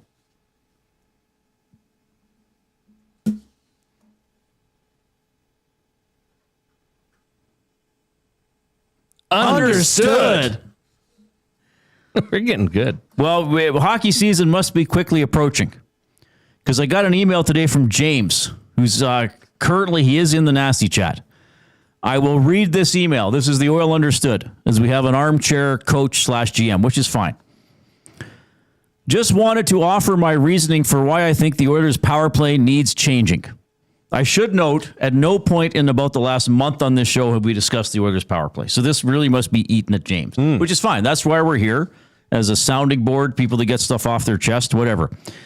He said, and yes, I did watch the power play. I watched when Alec Martinez looked like he was in a three-legged race with Draisaitl. He marked him so closely on a Chicago penalty. Or how Bobrovsky's glove was in place before 29 even got the pass in the Stanley Cup final. I think he means the overtime goal in Game 1. And you can always go back to a stacked power play if things aren't working. The primary reason I want to break up 29 and 97 on the power play is to get others involved in the offense. I believe more offensive touches on the power play will help guys get some confidence and feel when it is 5-on-5. This is something I have heard anecdotally. Bonus points for correct usage of anecdotally, James. From NHLers, both past and present. With a compressed schedule, where you said was more sound effects going to give coming. him a bonus point. Well, your grammar impresses me, boy, but what about your musical ability? Like now he's just the bookbinder. I actually had a slightly different voice for the River Lion. He's Now more emphatic. He's a little deeper, maybe. Bookbinder. Yeah, that's true. Right? With a compressed schedule and most forwards not having more than 100 games with the Oilers, there isn't going to be much practice time to develop chemistry. Then you build your power play units off your 5-on-5 lines to use them more effectively. Now, he gave us 5-on-5 lines. I'm going to skip those, James. We got to move along here. His power plays are McDavid, Hyman, Mangiapane, Wallman, and then either Henrique or Nurse. Draisaitl's power play unit is Draisaitl, Frederick, either Savoy or Tomasek, Nugent Hopkins, and Bouchard. You keep more continuity between lines 5-on-5, chemistry for a lot of new faces. There's a veteran pivot on all lines to anchor the line's responsibilities. You can also dial everyone's minutes back a little. I gotta just skip through some stuff. Another reason I want this is based on comments Chris Versteeg made about Taves and Kane not taking 100-second power play shifts to get others involved in the team's success. I think the Oilers need to do that. I just don't want it to. But he's saying the power play wasn't top 10 last season. Yeah, I think it was 11th. I want the identity of the team to be more than 97 and 29 coming to the rescue when they are down. Florida said they saw the Oilers trying to get one guy to lead them while the Panthers did it as a team. Asking others to contribute to the Oilers returning to a top 5 power play would be a long way to accomplish that. Old Faith will always be there to go back to should the Oilers need it, but the benefit from getting new Oilers involved in the offense would exceed any drawbacks that I can see. That said, of course, I have no real way to know if this is a good NHL strategy or not, but I like to talk crap, and I appreciate you all for putting up with my shenanigans. Have a great broadcast and ease yourselves into an August weekend.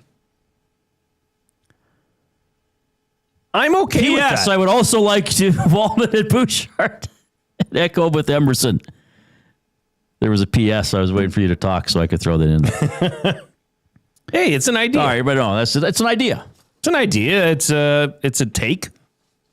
Now, he mentioned one thing earlier in that email that condensed schedule, lack of practice time. That's probably a reason you'd go to 29 and 97. Not a reason against it, in my opinion.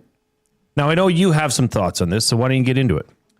Well, I think it's great he wrote that. I mean, again, this is just more proof about the passion and the ideas that the Oilers fans have. I just immediately, James, I didn't like this part of it.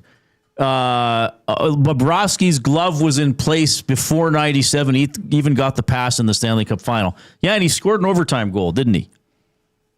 On the power play. I don't completely agree with the thinking of we've done this a lot, so let's stop doing it. I actually think, quite frankly, James, there's some absurdity to what you're suggesting when it comes to that portion of your argument. I understand the other things you're saying, more puck touches, more responsibility. I don't know if that's how the coaching staff is going to look at it, but you make an argument there that you backed up. But to me, what you're, and again, I say this all the time, Leon Draisaitl can score on the one-timer. Yeah, sometimes goalies stop it. Yeah, goalies are trying to take it away. He still scores more than almost anybody else in the NHL on the power play. Like that to me, that's an absurd suggestion. Hey, Alex, you've been shooting from the off wing too much. We're going to put you behind the net. Like if players have a strength, you have to play to that strength. Yes, sometimes they will be stopped. Yes, sometimes teams will expect it, but you still have to let them do it.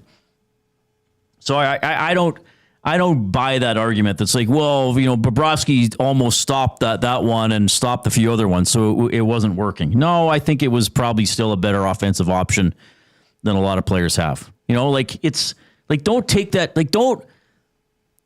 And again, James, I think you make a good argument for some ways. Like, I get it that sometimes the Oilers, can be a two-mad team.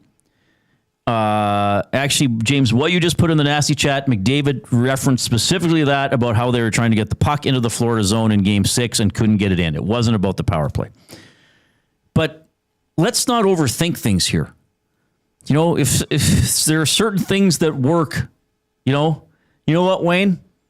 They know you're trying to set up behind the net and pass it to Yari. Let's not do that anymore. Like, come on. Like, these are two of the elite players in the National Hockey League. Draisaitl shooting the one-timer is something that should be in his repertoire until he retires. Okay? I just want to say that. Breaking the guys up, trying to get other guys puck touches, I don't think they're going to do that. But I understand that the argument that you're trying to make, and I think that's something that can be a discussion point. But I wouldn't look away from a combination and a play that has scored this team dozens of goals over the last 5 or 6 years. Well, and you yourself said it on this show that, yeah, maybe they can tweak things a bit on the power play to change it up. But that's not one of the things you tweak. Right? That is successful. It's proven to be successful. And even if it's not successful, the defense, the opponent still needs to think about it.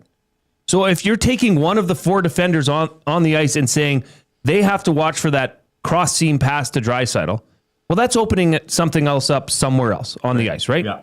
So it's not a bad, I guess, like play to have in your repertoire. Here's the thing. If I were to change the first power play unit, I would take Nugent-Hopkins off and put Wallman on.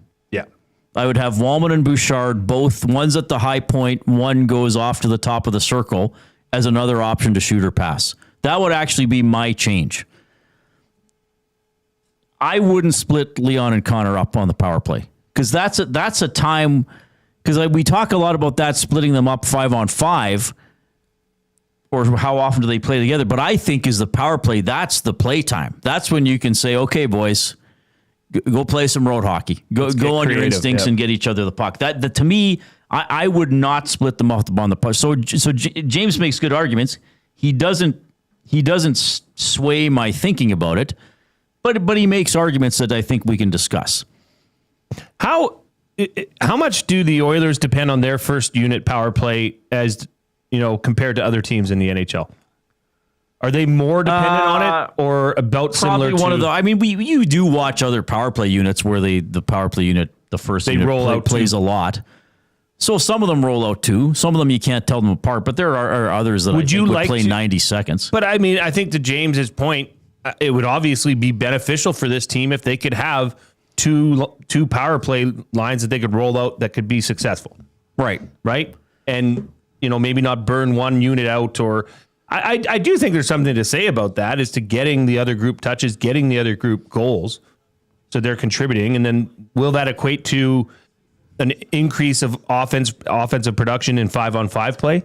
I don't know. I don't know. Yeah, that's one of his arguments, that maybe if they score more on the power play, it helps their 5-on-5 play. I don't know about that. But I don't know. I wouldn't split up McDavid and Draisaitl on the power play. 5-on-5, it'd be nice if you could maybe have them on 2 very effective lines. I just think when you have players of that talent, like let them go to work. Let them work their magic. Let them play off each other and read plays and do things at an incredible high level of intelligence and skill. In the afternoon inbox presented by River Cree Resort and Casino, 780-218-9999. Waddy in Cloverdale says, bravo, James. Too many guys weren't getting into the finals games early because the refs were calling penalties both ways. Yeah, okay, but even if you're using a second power play unit, the special team still takes out the rhythm of your 5-on-5 lines, or if you're penalty killing, And Scalding Gord simplifies this all and says, don't try and reinvent the wheel. I mean, you've got 2 of the top, 5 players in the world on one power play. Why would you split them? Yeah, again, that's not the players I would take off. Like I would look at, okay, could you work Wallman in and maybe change it up? Yeah. And put, maybe get Bouchard on the wing on the half. I don't know. And have two people that can put the puck on net from the point. I don't mind that idea at all. Because and what do you think of Nuge's ability on the power play? Well, he's still very good. Of course. He still keeps pucks alive. He makes a lot of simple, subtle passes that are good plays. But I'm going to go back to, okay, here's the thing, James. If I had to give a reason for splitting up McDavid and Draisaitl in the power play, it would not be what you're talking about. It would be about the other unit getting zone entries. Because if McDavid and Draisaitl are on the ice, it's pretty much an automatic zone entry. Because McDavid can speed it into the zone and Draisaitl can pass it or power it into the zone. And what we saw with the Oilers' second power play units sometimes is that they couldn't even get the puck in and get it set up because they don't have that speed guy and they don't have that puck control guy. So if I were going to split up the two units, if I were going to split up McDavid and Draisaitl onto different power play units, my justification would not be trying to get Mangiapane or Frederick more puck touches. It would be, we need to get the puck into the zone when McDavid's not on the ice. So if Draisaitl's on the other unit, then he can get the puck into the zone and then they can at least get set up. What do you think what Smitty the Welder says? He says the power play dropped from top to out of the top 10. Something needs to change. I think that's, a fair observation. My question to Smitty the Welder, what if something needs to change as a healthy Zach Hyman? I mean, he missed part of the year with injury. Probably wasn't 100% most of the year and then didn't play in the final.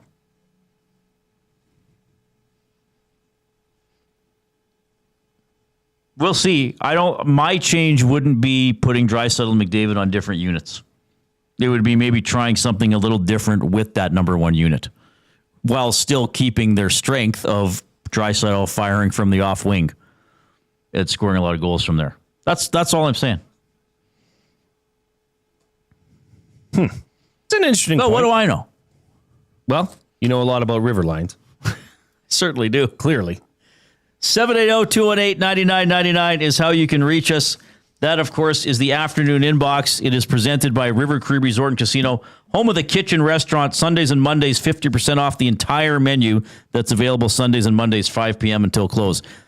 Marathon runner Ken Davison is going to join us in about 20 minutes. We got buying or selling for Damon Bunting when we get back.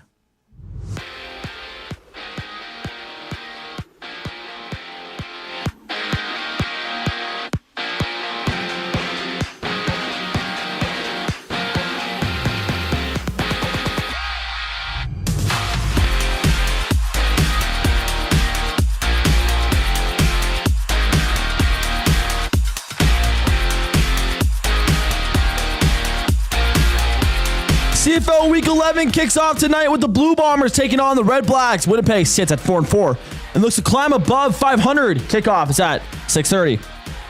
In the majors, the Blue Jays beat the Cubs 2-1 this afternoon thanks to a 2-run homer from Vladdy Guerrero Jr. On the hardwoods, the Stingers face the Calgary Surge in their West play-in game at 7:30. Catch it live on our audio streams only on Edmonton Sports Talk. On the ice, Mammoth fourth overall pick Caleb Desmarais will be out for 12 weeks after wrist surgery. And in golf, Scotty Scheffler, who else, is in the lead at 4 under at the BMW Championship. Sports Update is brought to you by Windsor Plywood Leduc, locally owned and operated, serving Leduc and surrounding areas since '93. Doors, flooring, baseboards, and of course plywood. Go see the knowledgeable staff at Windsor Plywood Leduc. Buying or selling with Reid and Jay on the other side of the break. I'm Ben Thompson. And girls just want to have fun. The Nielsen Show with Lieutenant Eric. To take a look at the Falcons from 92-9, the game. Carl Dukes. Pitts knows the criticism he's received about not living up to being the 4th overall pick in the draft. They picked up his 5th-year option, but this is in essence a contract year. Last year, we came into the season, I said, Pitts is the difference maker. I need you to step up. And he didn't. And coming into this year, I've said the difference in Pitts is that I think Michael Penix, they have a connection. The Nielsen Show with Lieutenant Eric. Weekday mornings, 6 to 9. Only on Edmonton Sports Talk. Your clear choice for Edmonton sports.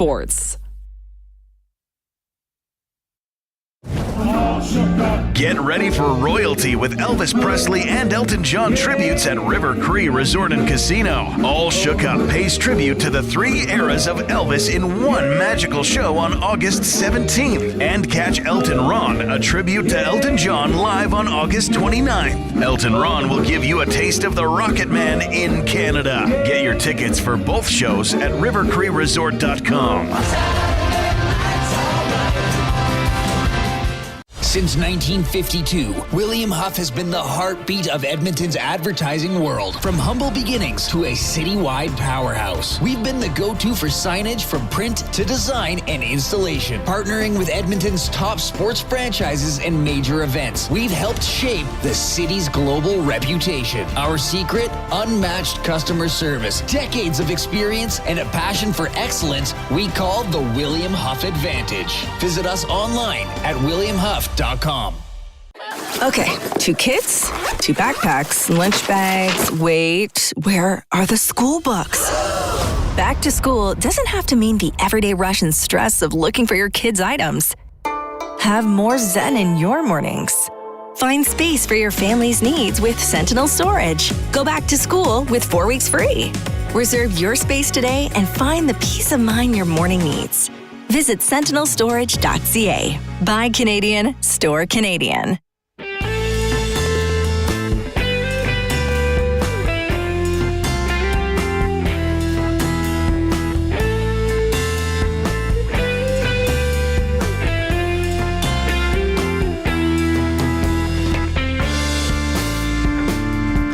All right, thanks a lot for tuning in this afternoon. If you're on iHeartRadio, TuneIn Radio, those apps, thank you for checking out the show. If you're on YouTube, don't forget to subscribe to Edmonton Sports Talk if you haven't already. And for this show, each individual show you check out, click that thumbs up button. Click, click. Must you click? Please, please click. Must you click? You must click. Thumb, thumb, thumb. Edmonton Sports Talk is presented by Play Alberta. Why limit your choices when you can have it all? Play Alberta is your go-to app for casino games, sports betting, and lottery, all in one place with easy access to real money games. You can enjoy everything Alberta has to offer right at your fingertips. Download Play Alberta now and start playing today. I want to mention this in relation to the marathon because it is something I will usually hear about, or you'll hear out in the hubbub of the community or online as we go into marathon and then after the marathon. Why were the roads blocked? I couldn't get somewhere. Okay. First of all, if you hear people talking about a marathon downtown, you should probably realize it's going to be on the roads. Okay? So now here's the thing. Again, help us out. Help the running community out. Help your fellow Edmontonians out. Encourage people to go to the Edmonton Marathon website or the City of Edmonton road closure websites and see where traffic is going to be blocked or slowed because of the marathon. Yes, If you're trying to cross Jasper Ave, you might not be able to get across, or it could take you a long, long time because they're not going to let you drive across until there are no runners in the vicinity. So remember, on Sunday, total closure, Jasper Avenue, 99th Street to 124th Street. That's like 80% of the avenue. It doesn't go all the way to 82nd. Total closure, Jasper Ave, 99th Street to 124th. There will be a single lane on Jasper Ave eastbound from 119 to 124 available to, but basically don't use Jasper Ave on Sunday if you're driving, or just be prepared. It's going to take a long time. 102nd Ave to Jasper on 124th will be affected. So the bend, the bend at the west end of Jasper Ave. The primary location for the marathon with the staging area, the start-finish line right by the convention center, Jasper from 99th to 95th, totally closed starting Saturday. Okay? So, again, remember this. Help people out, or if you know someone living downtown, all the way from, down, 95th there, all the way to 124th, remind that person in your life. Hey, I think the marathon's in your neighborhood. You might want to remember that if you're trying to get across the river to the fringe or drive somewhere. Okay. I told my wife, I said, you should just take the LRT from University and get downtown that way. Right? Right. I mean, if you want to get to downtown, you're either going to have to come in like by Commonwealth or River Valley or Groat Road and 107th in. Yeah. And then come in that way. But I bring this up because I saw it almost every year when I ran the half. Jasper Ave is blocked. You're going by an intersection. There are traffic officers there stopping the people. And there's always that one guy hanging his head out of the car, yelling at the police officer. Seriously? Yeah. Oh, yeah. Oh, yeah. Well, now you know. Now you know, and you can spread the word. I'm not saying go and just say, hey, you're down, or you live there, or here you're doing like, hey, you might want to check the traffic closures on the weekend. All right. Buying or selling. Presented by our buddy Damon Bunting, a consistent top-producing realtor in Greater Edmonton and area for 18 years.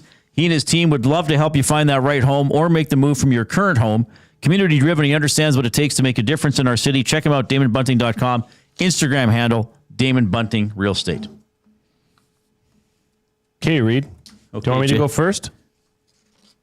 Yeah, because I don't have one. Mine's buying or selling. Know the traffic closures for the marathon. Well, that's good. Buying. That's good. That's good. This is a simple one.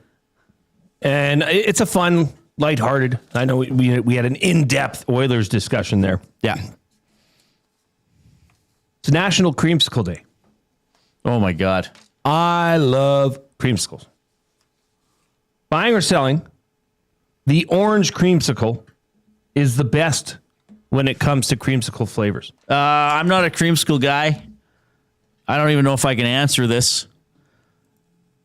If you're going creamsicle, orange is the one. Yeah. What are the choices? I love blue. Red's good too. I think traditionally there's orange, red, purple. Red. I always take red. Red? Yeah. So you said you're not a creamsicle guy. No. I got to look. I don't even know the last time I had a creamsicle. I've had a fudgesicle. I've had a Revel. Are they like that? It's more like a Revel, Okay. except the outer coating is not chocolate. It's a popsicle. Okay, like you're going to be disappointed with me. I never ate these.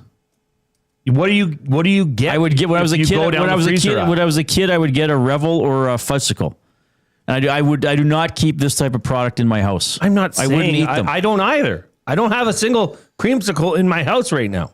Yes, I'm the only one who can ruin a dessert discussion, everybody. If you had to pick one thing out of the freezer aisle, oh yeah, this is a better question. What's it going to be? And obviously in the desserts, I'm going to say handheld desserts, or you can hold a small quart, or what do they call that? A pint of ice cream. If I had to pick one thing out of the freezer aisle as a dessert, that is a good question. I used to like the drumsticks. But not the drumsticks. The dingbats. I used to like the dingbats. What is a dingbat? So it was shaped like a bat, and it had the hardened chocolate on the outside like a Revel, and then inside it had ice cream and then more chocolate down the middle around the stick. I think it was a dingbat. Oh my gosh, I've never seen these. Oh, okay. Let me see. They don't exist anymore. Well, that's what I would pick. I would pick bringing those back. They stopped making dingbats? It would appear. Maybe not. Maybe. Wow. Okay, so that's just like a drumstick, but it's without the. What's the one that's cone shaped? Yeah, Aren't that's those a drumstick. drumsticks. Okay, but those always have nuts on them. Yes, a lot of them do actually. Right. So, well, I guess you can eat some of them. Sherry McDonald on X. I wish they still made dingbats. Yes. That them there? Yes, those were dingbats. Am I the only one that remembers dingbats? I have not seen a dingbat in my life. Okay, yeah, I used to eat dingbats. That would be my go-to. I don't think I liked creamsicles. I don't really remember eating creamsicles as a kid. I certainly don't get them anymore. Brent Kellington says dingbat equals round Revel. Right, but there's chocolate in the middle, though. There's a fudge core. So, yeah, it was a nice reward. Big ice cream sandwich guy? No. I'm not a big dessert guy. Like, I like some sweets. I like some chocolate stuff. I like the chocolate bark my mom makes. I'll eat ice cream sometimes. I mean, I don't eat a lot of cakes and pies because of the allergy concern as well. And so I'm not thinking when I'm craving something, I'm not thinking, oh, I want to get a creamsicle or something like that. I mean, I just maybe would get a milkshake or, well, I could get a Blizzard today. I don't know. You know what I've never I'm sorry, understood? Jay, I ruined your idea again. That's fine. What creamsicles do you like? Well, I do think the orange is the classic. What else is there? Strawberry, grape. I think at one point there was a root beer creamsicle, and that was pretty good. Oh, that would be pretty good. It tasted like root beer from A&W. Okay. You know what I don't get is Jell-O. I don't understand. Yeah, entirely overrated. Like it's terrible. It's like I don't understand how people like generally sit there and like crave Jell-O. It tastes like nothing. It's got somewhat. We recently had it, and my kids made it, and I don't get it. It's just jiggly. Yeah. I guess is that it? Is that the excitement about it for children? That's the excitement. But like, if you, let's say tomorrow, Hernan brought in a bowl of Jell-O and was eating it, and like, would you not be like, dude, what are you doing? Yeah, that'd be kind of unusual. It's definitely a child thing. I guess maybe it's a thing at a party. It's easy to scoop out into a bowl and relatively easy to eat. Jell-O shots at a work. party. There's alcohol. The Jell-O shots. So. Yeah, but Jell-O is, I agree, Jay. That's always struck me as a weird dessert. Now, you can get sometimes those little Jell-Os with like whipped cream on top. They could be kind of tasty, I guess. Yeah, but then all you want is the whipped cream. Yeah, good point. Like, is that the bottom of desserts, you think? Well, if you're at a potluck supper and you see something with Jell-O mixed into it, I mean, you're passing by that dessert. Well, yeah. And if I was having a potluck and somebody said, "Oh, I'll bring Jell-O," I'd say, "Oh no, we have other desserts." How about we save the table space, brah? And leave the Jell-O at home. Yeah, we don't need it. Jablonski's bringing the chocolate fudge pie. Like that's good. Jablonski would bring Jablonski. There's too much chocolate in here. No, Jablonski would bring Jell-O with like Cheerios in it. Yeah, that's right. That's how. Or he'd bring it as a chip dip. Jablonski, you can't dip the chips in the Jell-O. You can't break through the surface. I don't know. I'm not a big, you know this. I mean, I think you and I are both more salty guys. Oh, definitely. Than sweet. Like if I had to choose between, now I guess there's a lot of chocolatey things I like, but if somebody said to me chips or chocolate, I'd probably take chips for the rest of my life. For the rest of my life? But what type of chocolate do I prefer? The dark chocolate. Darker, yeah. Yes. That's a no-brainer for me. I'm taking I give up chocolate like that. I don't really crave chocolate. I don't eat chocolate.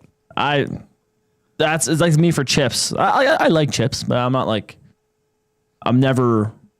I very rarely ever go like I need to go get a bag of chips. Oh no, I crave. I can't keep chips in my house because they will be gone within a day. So I just usually have chips here at work or at my parents or if I'm visiting somebody. Right. I try not to keep chips in the house because I can just eat them nonstop.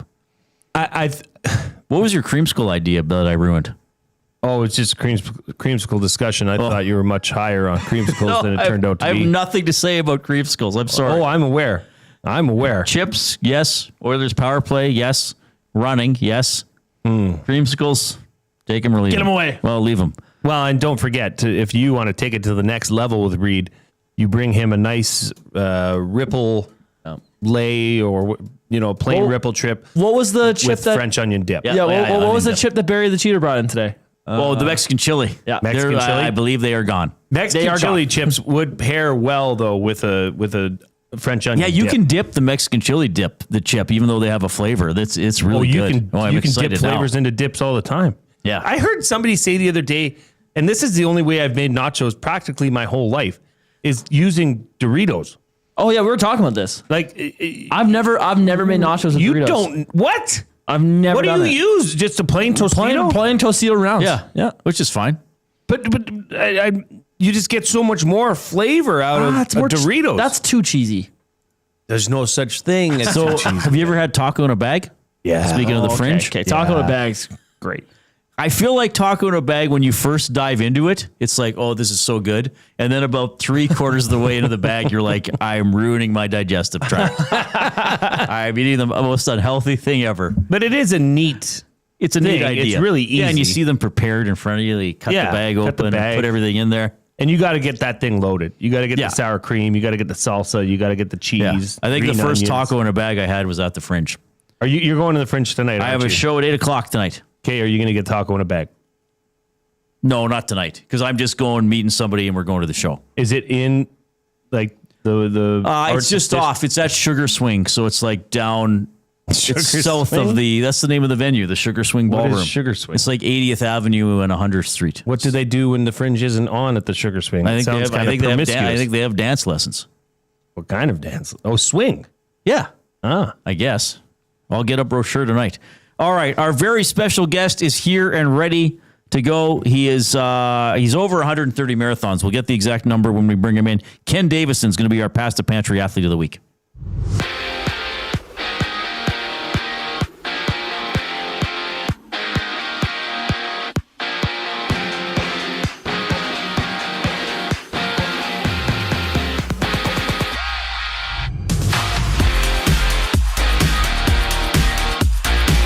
CFL Week 11 gets underway tonight with the Blue Bombers meeting the Redblacks. Winnipeg sits at 4-4 and will look to move above 500. Kickoffs at 6:30. In MLB action, the Blue Jays edged the Cubs 2-1 this afternoon, powered by a 2-run homer from Vladdy Guerrero Jr. On the hardwood, Stingers take on the Calgary Surge in their West play-in game at 7:30. Listen live on our audio streams only on Edmonton Sports Talk. On the ice, Mammoth's 4th overall pick, Caleb Desnoyers, is sidelined for 12 weeks after wrist surgery. And in golf, Scotty Scheffler leads the BMW Championship at 4 under.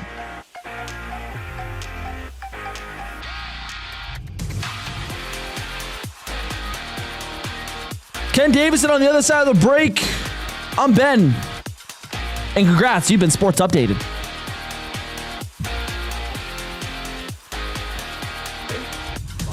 Riverboat gambling style of coaching in a way. One of these years it's going to cost. Would Dan Campbell have ran the ball with Marshawn Lynch on the 1-yard line in the Super Bowl that year? I don't know, because there's a great article in the Washington Post, though, that says Bill Belichick baited Pete Carroll to do that. It was actually a brilliant coaching move by Bill Belichick that forced Pete Carroll to throw that football. The EST Hangout, presented by Sentinel Storage. Weekday mornings 9 to 11, only on Edmonton Sports Talk. Your clear choice for Edmonton sports.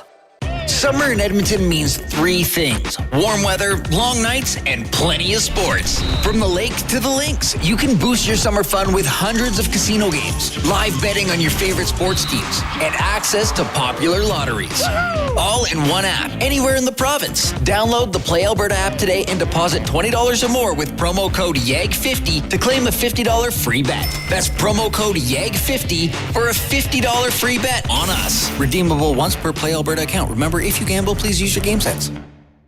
Yeehaw! Yee Country Night is back. Celebrate all things country and western Friday, August 15th at 7 p.m. as your Edmonton Elks take on the Toronto Argos. Presented by Coconut Cowboy Rum, this game will feature the 3rd annual EE Bull Riding Competition. Country music all night long, plus a petting zoo and pony rides for the kids. This night is sure to be a blast, so giddy up and get your tickets now, starting at just $20 at goelks.com. You've always known GCL Diesel as the experts in diesel fuel systems, but did you know that GCL is also your source for turbochargers and turbo repair? As a turbo supplier for Garrett, Borg Warner, and Holset, GCL can provide genuine original equipment turbos at wholesale prices. Whether it's diesel, gas, natural gas, or performance, we can provide you with the turbo or custom repair you require. Turbo questions? We've got turbo answers. Visit us in the West End or online at gcldiesel.com. GCL Diesel, turbochargers, understood.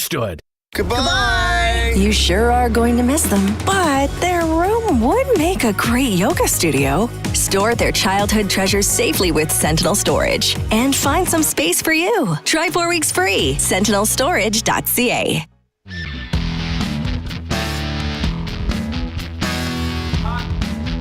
All right. Thanks a lot for joining us this afternoon. This is going to be outstanding. It's our Athlete of the Week presented by Pasta Pantry. For over 30 years in Sherwood Park, Pasta Pantry has served hot, delicious comfort food made right in our kitchen. We do it fast so you can slow down. We're a family, and when you come to Pasta Pantry, you're one of us. Go check out Pasta Pantry in Sherwood Park, your home of the pregame or perhaps pre-race meal. I'm Reid Wilkins. That's Jason Milne. And then our athlete of the week is Ken Davison. Ken, how are you doing? I'm doing good. Thank you. Thanks for coming by. So, the Edmonton Marathon is this Sunday. Yep. 7 o'clock. 7 o'clock. And how many marathons is this for you, sir? 136. This will be 136. This will be 137. This will be 137. Yeah. Okay. What was your most recent marathon? Calgary. And when was that? In July. I'm not sure the date. So are you running how many marathons a year? About 5. About 5 per year? Yeah. And in what year were you born, sir? 1945. Okay. So that makes you 80 years of age. That's it. You're on the verge of running your 137th marathon, and even at the age of 80, you're doing about 5 a year. Yeah. Okay. Does that not sound amazing to you? Like, people must react the way Jay and I are reacting all the time. Does it not? Or you just brush it off at this point, or what? No, they do react like that. I met a runner there on Sunday. I was leaving the field house and used to run Jasper Banff with him. And he was asking me what age I am, and I was told him I was 80, and he was just over the moon. You know, he couldn't believe it. I was still running. Yeah. Okay, so clearly you have an accent. So, Ken, where were you born? In Belfast, Northern Ireland. Okay. Yeah. And at what point did you come and move to Canada? 5th of May in 67. We got married on the 20th of April, and then we left right after that for Canada. And because I was talking to you yesterday, and then, by the way, they know yesterday we talked about it after you came here to scout out the studio. We really appreciated that. We're like, okay, this guy means business. And I mean, when you're running 5 marathons a year, I guess you like to know your path. Yeah. As I said to you yesterday, my father was born in Newry and came over here in the 70s. And what was the reason that you and your beautiful wife Eileen is with you today? What was the reason you guys came to Canada? Well, there was so much advertising in 67 on gable walls and side of the double-decker buses. There always had signs like Canada, land of opportunity. If you've got a trade, we're looking for you. So it was raining one night and we were downtown Belfast and we passed Canada House and they had a sign there saying free film shows about Alberta. So we more or less just went in out of the rain. They were showing Lake Louise.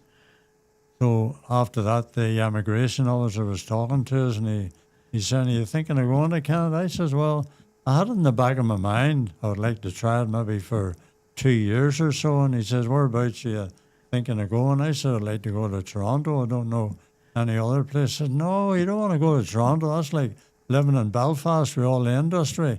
You want to go way out to Alberta and try it out there." He says, "We can set you up. We pay your airfare.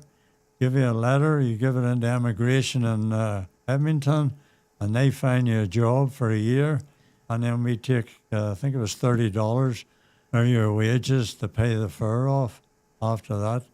Wow. Yeah, it worked out good. So did you come to Edmonton thinking you were going to be landing in Edmonton and you're seeing the views of Lake Louise?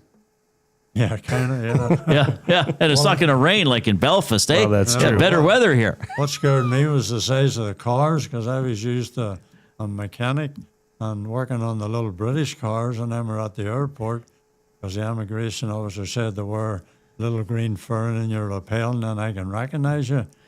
And he was a little bit late, so I was looking out the window and, oh, wow, the size of them American cars in 67. I was thinking, oh, I don't know if I can work on them. You might be going back home in a month here, you know. Okay, well, that's amazing. So that's how you became a Canadian and an Edmontonian, which is pretty cool. Yeah. Now, how did you become a runner?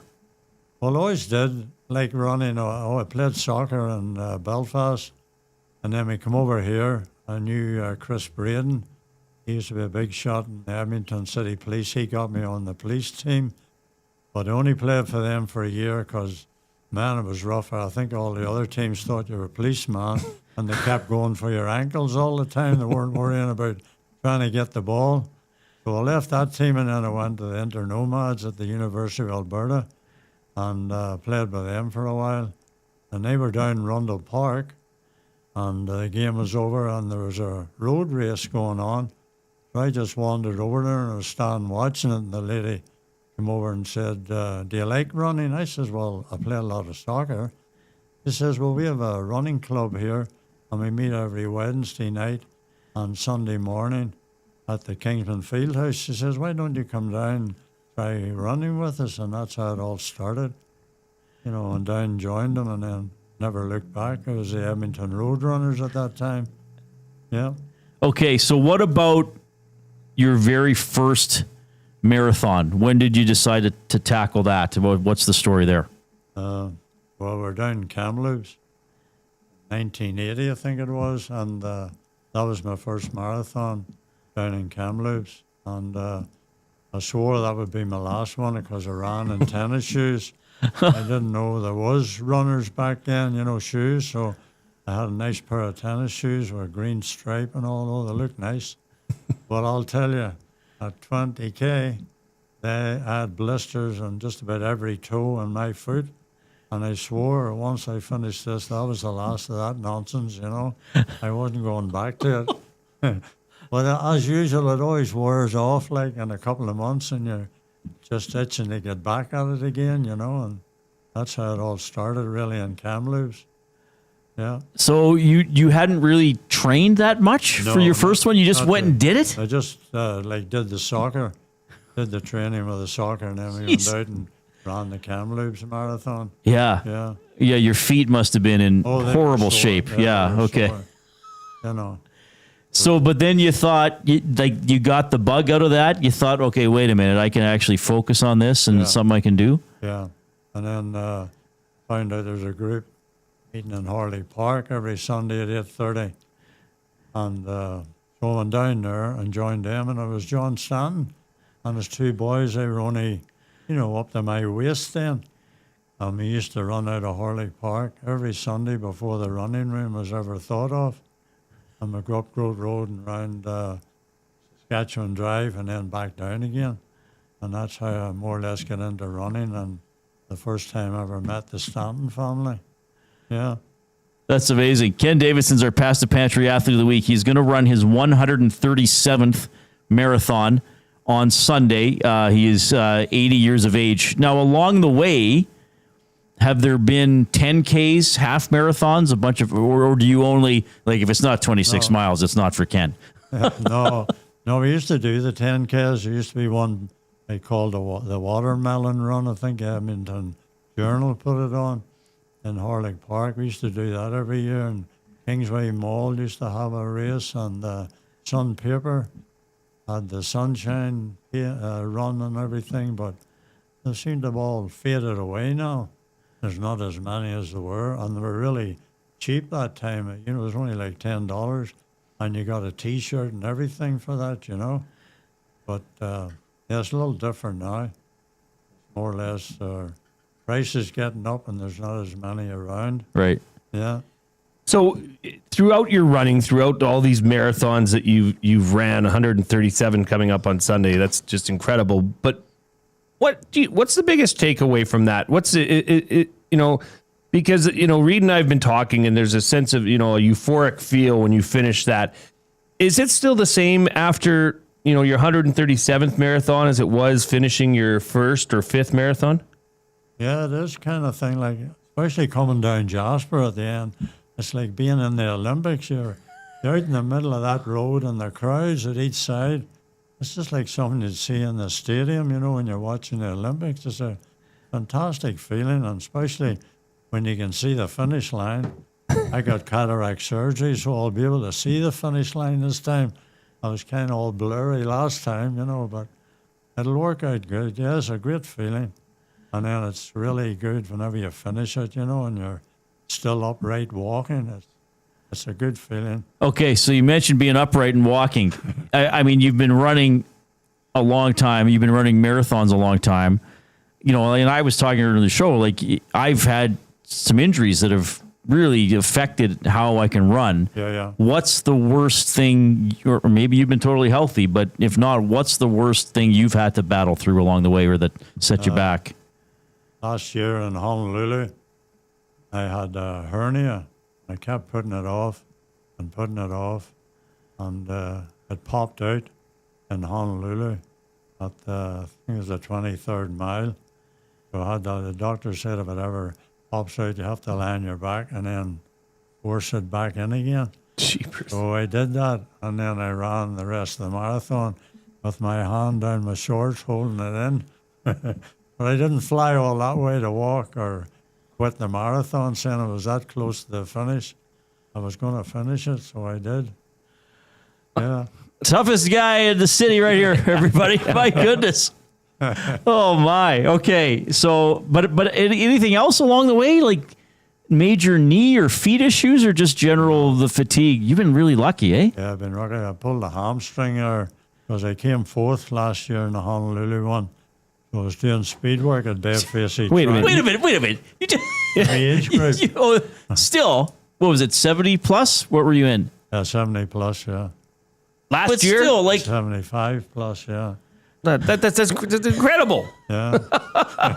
Now, you're from Sherwood Park. Yeah. And you know, as soon as Reid was talking to you and said, "Hey, this is the Pasta Pantry Athlete of the Week." Are you a regular at the Pasta Pantry out there? Yeah. We know Larry, the owner. He usually always goes away to Vietnam or what and plays golf. So we knew him, and there was just a little shop, and then he bought the shop next door and knocked the wall down. So he's got a big restaurant there now. But we knew him whenever he just opened the doors. We used to go down there all the time for the spaghetti and meatballs. Yeah, we know him very well. That's awesome. Okay. Yeah. So can you stick around after 5 for a little longer? Because we want to ask you some of your highlights or most memorable, but I want to ask you, so you've run 136 marathons. Now, you mentioned the first one you went into kind of like not knowing a lot. Yeah, it was a mess. So, but now that you've done so many, is it sort of like, okay, I know how this is going to feel. I know my pace. Like, is there a comfort to it, or is still everyone a little different than its own problem to figure out? It's a little different. I tried it a few years back. I'm thinking, well, I've done 90. I don't need to do the work anymore. I don't need to do any more long runs. Well, that was a mistake. I'll tell you, you get in there and you're up there at 15 or 20K. Wow, what's happening here? Your breathing's off and your feet sore and everything. No, you have to keep the mileage up. That's what I found. Even though because you've done over 100, doesn't mean you can just walk away and then show up next month and do another 42K. You have to keep the training up, so you do. That's what I find. It's easier. Keep the training up, and then it just comes natural, like another long run for the next weekend. So how often do you run then?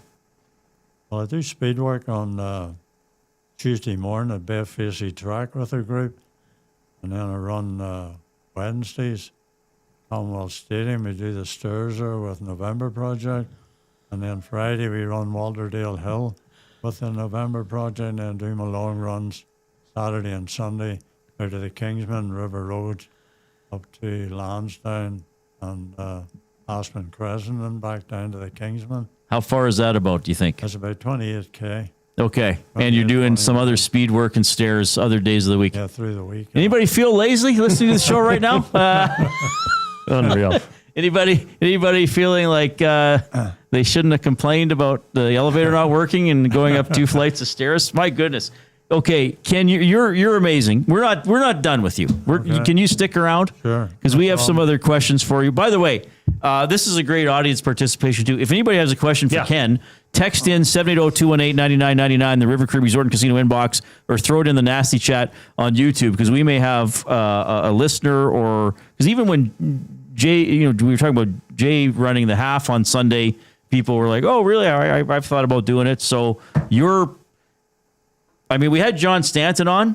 He's an expert, and you're also an expert. If because you guys know a lot about running and how to get it done. Our athlete of the week is Ken Davison. More with him after the 5 o'clock break. 2 guys and a goalie. The Oilers as a top 5 blue line. Do you see that with this group? No. That to me is where analytics fall apart. Does the blue line do some good things? Yeah, they do some good things. Do they get some good production from the blue line? Yeah, they get some good production. But that's not because of the blue line. That's because of McDavid and Draisaitl and the forwards that drive the play. When this team loses, it's the blue 2 line. guys and a goalie, presented by GS Construction. Tuesday and Thursday afternoons at noon, only on Edmonton Sports Talk. Your clear choice for Edmonton sports. Win a trip to Osheaga with the Banquet in Aperol. We're sending one lucky guest to Montreal with flights, hotel, and 2 tickets to one of Canada's hottest music festivals. Enter by July 26th. Details in store or on the Banquet app. Get real. Play hard. You know Dawn. Everyone knows Dawn. Dawn from Frontier Cartage. That's right, it's me, Dawn from Frontier Cartage, where we're setting the standard for cartage service in Edmonton and beyond, offering city cartage, Alberta Highway, short halt deck, and more. My team and I are bringing our years of industry experience and expertise to every mile. Join Dawn and her boys in a new chapter in transportation excellence, dedicated to exceptional service. Call Dawn at Frontier Cartage, 587-222-5826.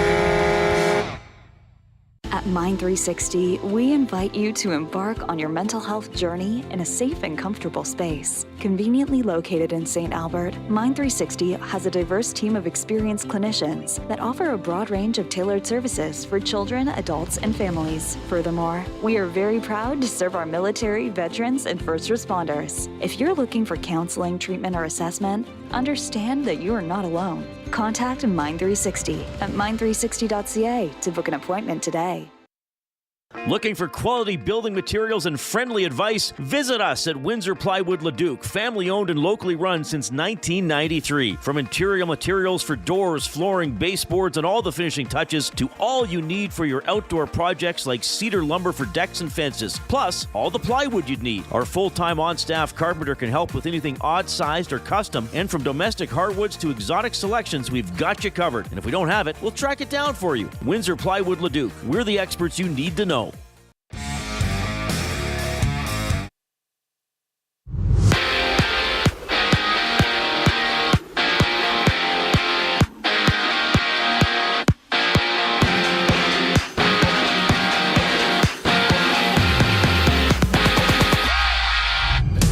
CFL Week 11 starts tonight with the Blue Bombers taking on the Redblacks. Winnipeg is 4-4 and aiming to get above 500.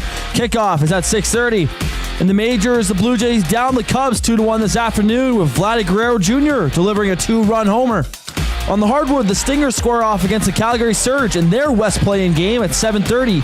Catch it live on our audio streams only on Edmonton Sports Talk. On the ice, Mammoth 4th overall pick Caleb Desmarais will miss 12 weeks after undergoing wrist surgery. And in golf, Robert McIntyre holds the lead at 5 under at the BMW Championship.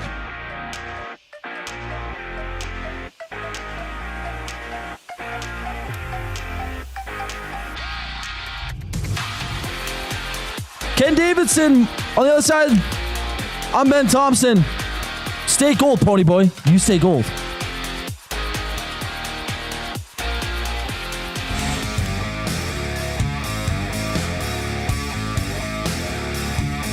I hope you're having a great afternoon. Elks game tomorrow night. Play Alberta Field at Commonwealth Stadium, taking on the Toronto Argos, who have been giving up a lot of points lately. So hopefully the Elks can grab their second consecutive victory.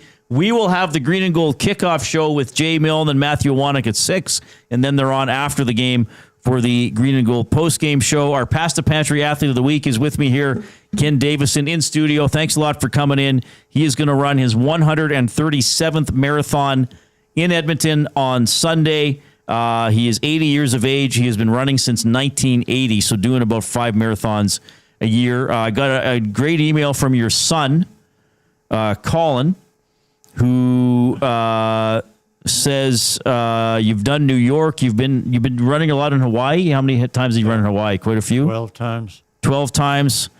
So we're gonna do here with you. We're gonna kind of put you on the spot.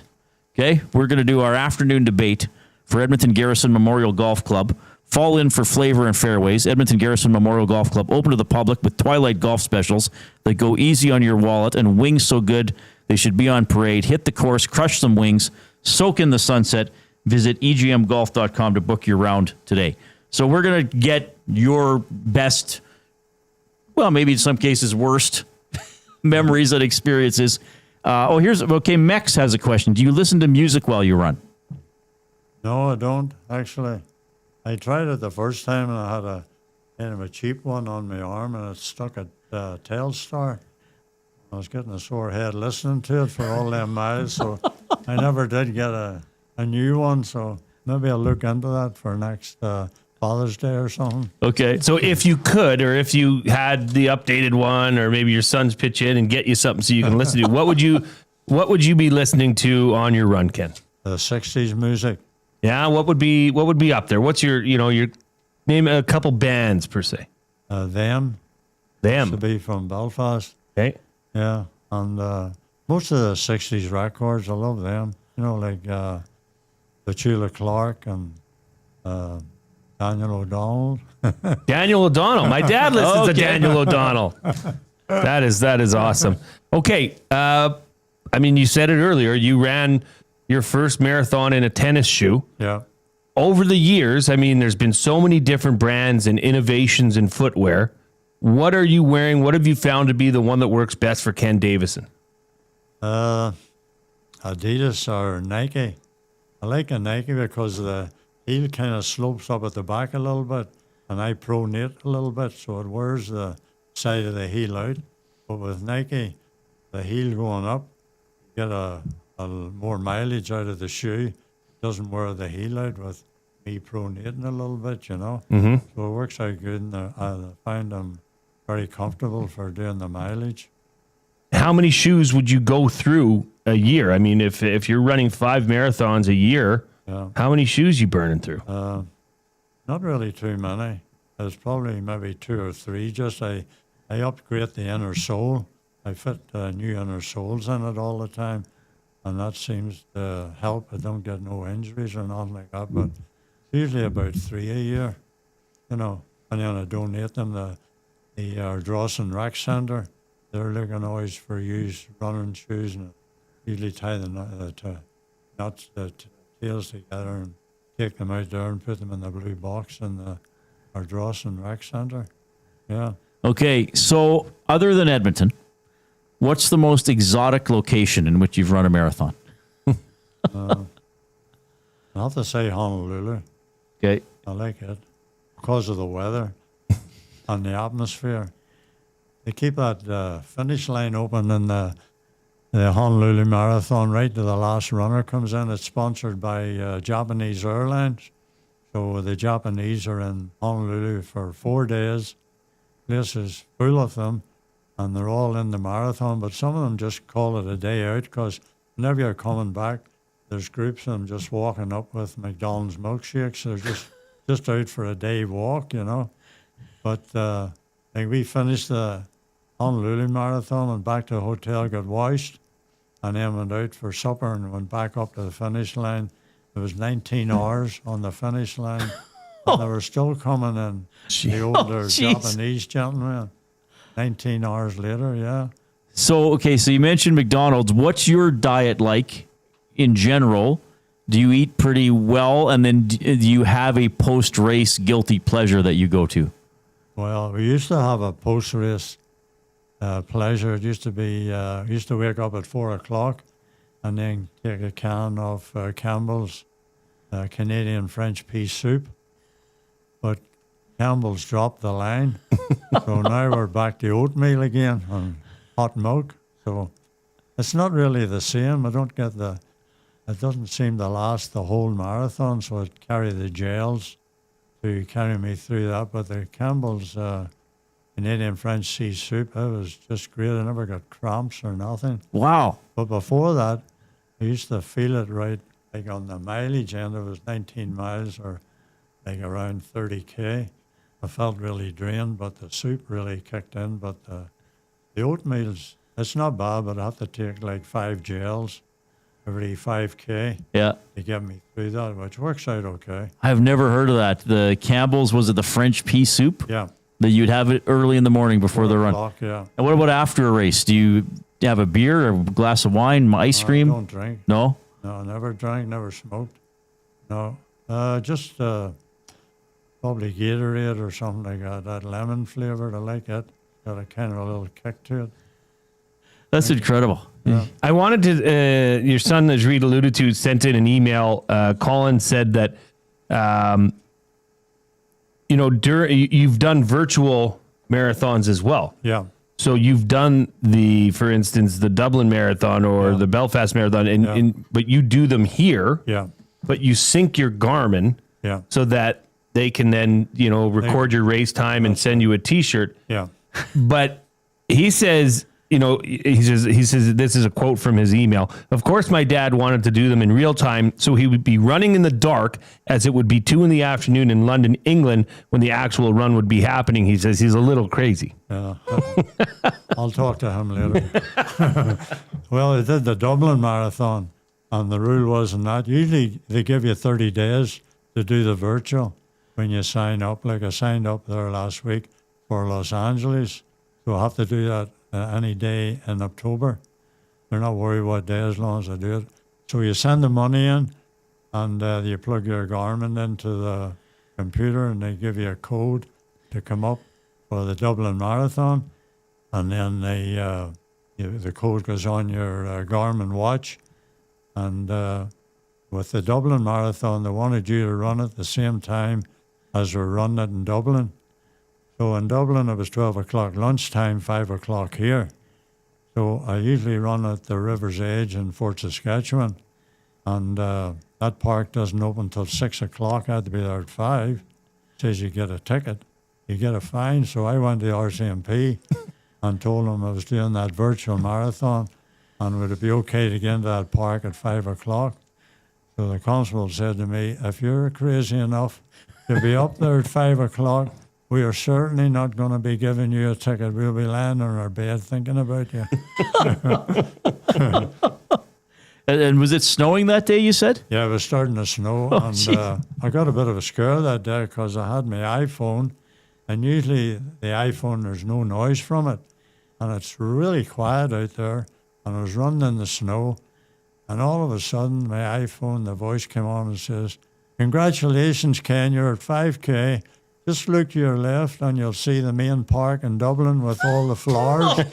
And I thought it was a bike behind me shouting to get out of the road or something like that. I didn't realize it was coming from the iPhone. It was synced to what people in Dublin were seeing. Yeah, same thing, yeah. So you've ran so many races. I mean, there certainly must be a pet peeve of yours that you've come across or experienced from other runners during these marathons. I mean, you seem like a very soft-spoken, very nice man, but what grinds your gears? I'm not really sure if it's anything running, because they're all, they all go over to the water station. Sometimes you have to line up, but I don't really use the first 5 water stations because you lose a lot of time with that. I got a water belt, and the crowd that's at the first water station, like they're lining up there. I go on the left and go round them, and you pass like over 50 runners all standing there for water. So it's good to carry your own water, and it'll carry you through like, the first 15, 20K or so, and then whenever the marathon all spreads out, then you can definitely go over to the water station and grab a Gatorade or a juice or something like that, whatever you feel like, Yeah. So, best training loop that you've come across in Edmonton or area? I like the one from the Kingsman because you get the Groat Road Hill on it, and then there's a couple of hills there in Lansdowne, and then back through Foot Field, there's a washroom there. Some mornings it's handy on a Sunday, and then you come back down Saskatchewan Drive, down Groat Road, and then along River Road, and then over the new bridge back into Kingsman Park. I like that route. It's nice. I like the hill in it too, So it gives you a good workout. Okay, so do you have a best, or maybe you've already mentioned it, do you have a best marathon experience, most memorable or most victorious feeling? No, well, Belfast was good one year. We were in the Belfast Marathon, and we were in it about 12 miles into it, and the lead vehicle took a wrong turn. Oh, no. Down the wrong street. And I knew, and the fellas beside me knew that was not the street, it was the next one. So we kept going, and we were actually leading the Belfast Marathon for about 9 minutes. And then all the Kenyans and all in the truck came flying by with the lights on, and then everything got back to normal. So that was a nice experience. We were laughing about that. They're all the wrong way. We're leading the thing here for a while, you know. Okay, So good. worst weather besides running in Fort Saskatchewan for the Dublin Virtual Marathon in the snow, like rain, like wind. What's the worst weather? From Murraythorpe to Whitecourt to Fallen 4. I had rain like crazy that Sunday. And we were out in the open highway. I think that was the worst one. There was wind and just rain the whole day, the whole way from Murraythorpe right to Whitecourt. That was a bad one, that one. Yeah. Yeah. What about the toughest race? I mean, condition-wise, I mean, you just said that one was raining and windy. Yeah. But is there one, even if it was on, similar conditions or the same conditions across the board, what would be one of the toughest marathons that you've ran?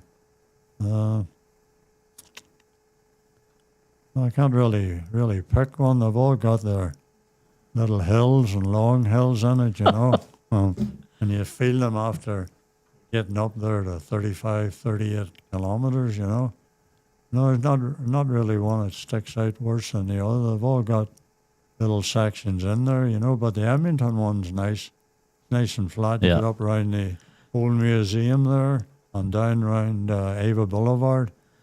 It's nice down around there, so I can't really pick one that really stands out as a problem one, All right.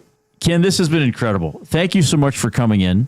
Thanks for telling your story, sharing your experience with everybody. It's just fascinating, incredible accomplishment. You just keep going. I'll just end with this one. What would you say to somebody, just what's the most valuable or special thing that you've gotten out of all these years of running and completing soon to be 137 marathons? Just learning the correct way to run. Like, I hear these people coming up behind me, like stomping their crazy. You're going to be racking their hips and their knees. You got to learn to roll your feet, land on your heel, and then roll off your toe. And just try, before you start running, try walking and rolling your feet like that and get your mind used to that. And then start out slowly, like maybe a couple of lampposts, and get the roll in. And like I'm 90 or 80 now, and I hadn't had one knee problem, And I think that's because of that, and I learned all that through the running room at the classes and everything that they put on, It worked out really good for me, and people just try to fit that into your run, to roll your foot around, pumping down there like two hammers, Yeah. It'll save your legs in the long run. Ken, incredible. Thank you for coming in. No problem, my pleasure. Most guests don't do that, so thank you for coming in. Thank you for your time, and all the best. I hope Jay and I run into you on Sunday at the race. Sure. Right on. Thank you so much. Enjoyed it. That's our Pasta Pantry Athlete of the Week, Ken Davison.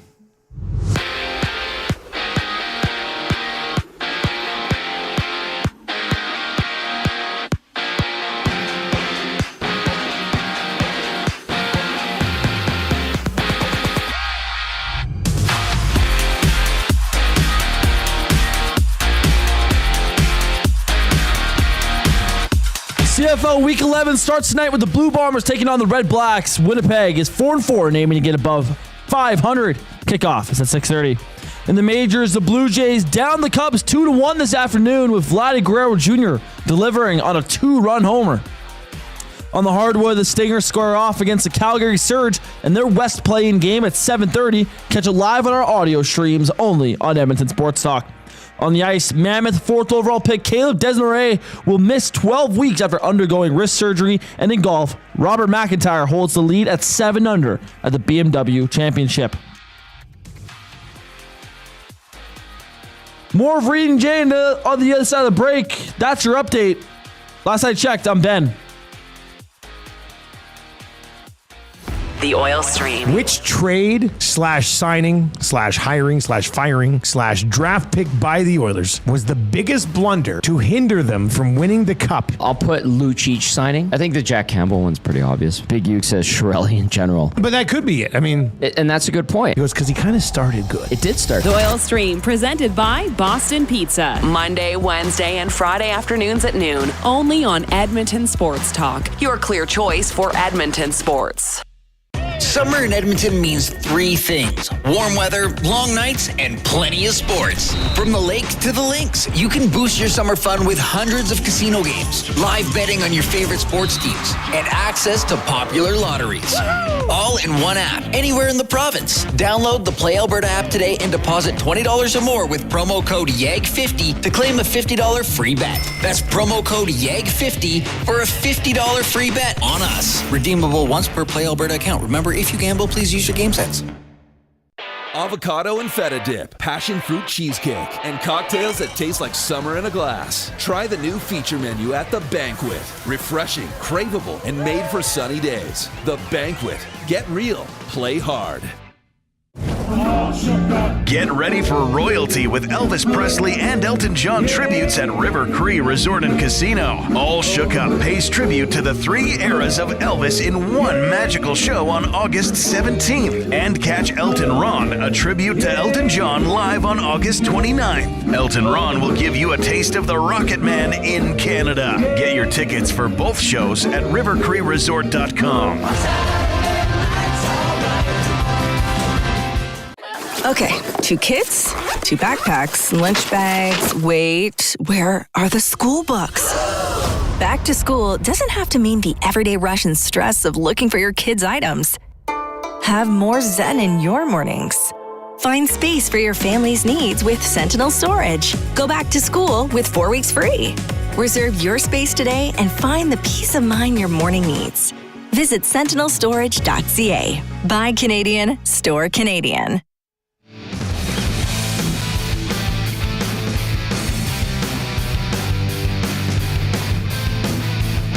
Well, that was incredible. Ken Davison joined us, our athlete of the week for Pass the Pantry.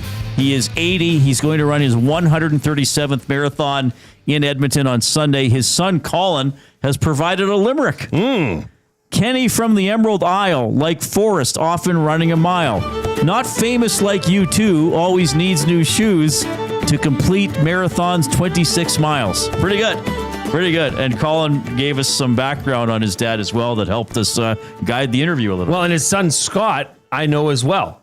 An incredible musician. Oh, nice. I mean, this guy can play anything. Like, he might as well be the Dave Matthews Band reincarnated. Oh, cool. He's that good. It's such a small world. Yeah, that was amazing. And Ken, he's so humble, and he just is so athletic. Like, he's never really had a serious injury. He told us about proper technique at the end, which I probably should have learned along the way. But he just gets up there and does it. Like, he just goes. It's remarkable. Yeah, that's a lot of perseverance. I mean, he said he doesn't have, but I'm sure at some point there was a strain or a nick, that you got to fight through. Just, that's incredible. But he's like, I can't even. And then, so what is he? I can't remember if it's some sort of speed training on Tuesday. He does the November Project stairs at Commonwealth. And then what does he do? 20K on Friday about? And I think there was another day. And then his long runs were on Saturday and Sunday. Oh, right. Yeah. So, yeah, he's just going, he does about 5 marathons a year. And that's incredible. And if you're on YouTube, people could see he's obviously in very good shape. And I'm almost speechless. Like, I'm just so overwhelmed at how amazing that is. It's a good way to put that, because you're sitting beside somebody who's just ran and ran and ran and has put in so much time into this, and then you hear like the story of, immigrating from Northern Ireland to here and how that all came down. That was fascinating. Walking into the Canada House in Belfast and what was it, 1960? I was writing it down. I mean, 67. And saying, they'll pay for your flight over here. Yeah. I mean, that's how Canada was built, especially Western Canada. My dad came over here from there, and he went and worked in the mines up at Grand Cache. Oh, really? Yeah. Yeah. And that's, it's a rewarding story to hear. And I'm glad he got to tell his story. And if you're out there and you see him, make sure you cheer him on. Yeah. Because he won't be listening Well, you'll to see the name on the name tag, right? Like it's, I wonder if really cool. Mine says Jason on it. I wonder if his just says the GOAT. Yeah, no kidding. Right. It's the greatest of all time. That was great, and thanks to the people who were providing feedback during the interview and afterwards as well, because that's really cool. That's Ken Davison, who's our Pasta Pantry athlete of the week. Okay, we are gonna in a few minutes. I'll do it right before the break, Jay. I'll give away the tickets. We got okay. I'll do it before the break. So in like 5 to 10 minutes, we're gonna give away 4 tickets to the Elks and the Argos Friday night. It'll be a good question. We have words of the day coming up as well. You can get in touch. Of course, you can post in the nasty chat on YouTube. You can email Reid at edmontonsportstalk.com, Jay at edmontonsportstalk.com, and you can text 780-218-9999. That is the afternoon inbox presented by River Cree Resort and Casino, home of Tap 25 Restaurant. $18.99 prime rib special. That's available 7 days a week, except on show nights from 11:30 a.m. to 11 p.m. It's available for dine-in and takeout. Elks against the Argos tomorrow night. Elks depth chart, Jay. Anything stand out or any players that you might want to tell people to keep an eye on tomorrow? Yeah, absolutely. I mean, when you're looking at who's returning into the starting lineup, you've got one name that stands out, and that's Royce Metier at the free safety position. I think having that veteran experience back there, it maybe hasn't been missed because they've been playing better, but it's certainly going to add a little bit of a competitive edge to that defensive secondary. But even having a guy like Plumondon, who they re-signed, come in and I mean, he's a backup fullback, but he's a major cog in that wheel of special teams. He'll be playing a lot of special teams. Having more veterans on the field is a good thing. Honestly, Reid, I'm the field position that the Double E have been getting out of Cody Grace in his punting game, for the most part, has been quite well. He's able to flip the field with that leg. It'll be interesting to see how Vincent Blanchard does on Friday night, handling both the kicking and the punting duties. Yeah, that's a big one for me. It is a big one. I think Blanchard punted. Did he have 1 or 2 punts? I know one against for Montreal, sure. and it was okay. I mean, I know that's not his specialty, so I'm curious to see how that works out. And I just want to see how the Elks are going to attack. I mean, Toronto, statistically, I know Edmonton's defense isn't that good. Neither is, if you look at the stats for the whole year. I think lately Edmonton's has been better. Well, I know that. Yeah. I think that's proven. So how are the Elks going to attack? Is McSimic settling in? Is Fajardo now settling in with his 4th start as the team's quarterback? David Beard was great yesterday, where he said, well, we didn't run in the second half because our Owls kept giving us other parts of the field. So we kept using those parts of the field, and Cody kept hitting some long out throws, and we kept getting first downs and eventually won the game.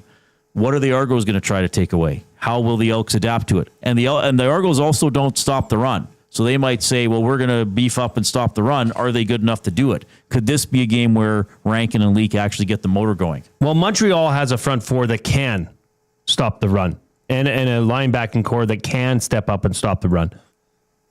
Toronto, you may just be able to say, sure, go ahead and try it, but we're still going to run the ball. And I think that's what you're going to see. Is you're going to see an Elks offense that gets back to running the ball at a decent clip at their yearly average, which is over 5. Well, it's right around 5 yards per attempt, right? Which is great on first down. If you can get in the 2nd and 5, that opens the offensive playbook. But I will be interested to see if that's not working. How fast does it go to, okay, now we need to find what area of the field is open and attack that. I mean, we haven't seen them stretch the field all that much. Is this a time where they pressure, their young secondary and send a lot of people put two people in one zone and make the cornerback or a safety have to make a decision, I would expect to see the ball downfield quite a bit. Because it is secondary wise, I'd say that would be one of their weaknesses, their major weaknesses on Toronto's defense.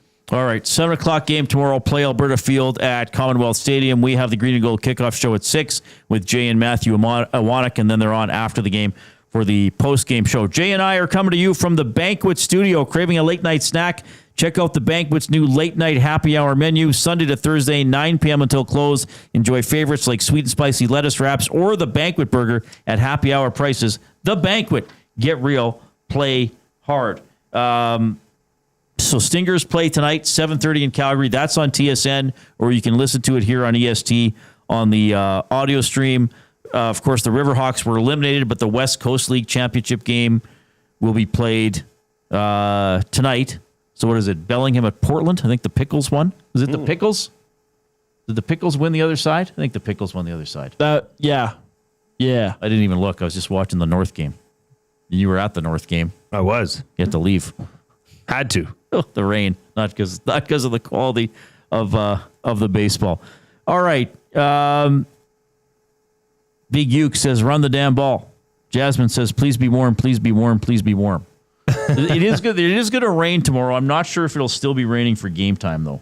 Well, and that's, we talked about it yesterday in the show, is Killam choosing to practice outside. Well, if you're going to be playing in a, less than favorable weather conditions, you best be practicing in them. Can we talk about something else that was announced today? Of course. So the Rogers, hang on, you sent me the link, Reid. Oh yeah, I got it up here. I got it, yeah. Right. Rogers Place has announced that they're hosting the Ultimate Fantasy Football Draft Party. Right. Okay. Host your draft on the arena floor, it says. Includes a beer and unlimited wings. Thursday, August 28th, 5 to 10 p.m. Thursday, August 28th. Okay. Yeah. $80 a person. Per person, not per table. Per person. Okay. So that's, you're going to have $360 to, $1,000 coming in just off people being there. Right. Give them a beer and some wings. Okay. Look, I'm not here to just outright poo-poo on this. I just have questions. Okay. As the person who hosts the KFL draft at my garage every year, I'm the host. Oh. I'm not the commissioner. I'm the host. Okay. I have questions. Okay. Starts at 6, ends at 10. That's my first question. Ha, ha, ha. Is this a joke? Is this April Fool's? It's not April Fool's. Are we getting hen weighed? What kind of... You cannot have timeline parameters on a draft. Especially if people are going to be sitting there drinking lager all night. I mean, things get longer as it goes on. If you have it says 8 to 14 people. If you have a 14-person draft, say a 14, a smaller draft league where you're drafting 14 rounds, ours goes 18. You're not finishing that in that time frame. Especially as the night goes on. Well, they're going to have to. They're going to have to. Okay, that's fine. I could not commit to it for that very. I just want to clarify something because I had to make sure, and I'm not saying you didn't, but I want to emphasize it before you continue because you have some great points. This is not pay an entry fee and be part of a large fantasy football draft run by Rogers Place or OEG. No, this is spend $80 to sit at a table at ice level, but still it's your league. Yeah. Right? Everybody else is going to be doing their own draft. Yes. Right? Your table's not drafting one team in a league. No. This is all, you're on your own. A ticket includes a private table on the arena floor. That's not very private. So they're going to cover the ice. You get the draft table. You get Wi-Fi.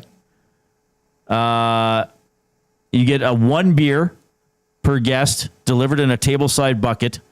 You do get all you can eat wings, and you get to walk out like you're walking out through the tunnel that the players come out, right? Yeah, I mean, hey, it's cool. It's a way to let people into Rogers Place.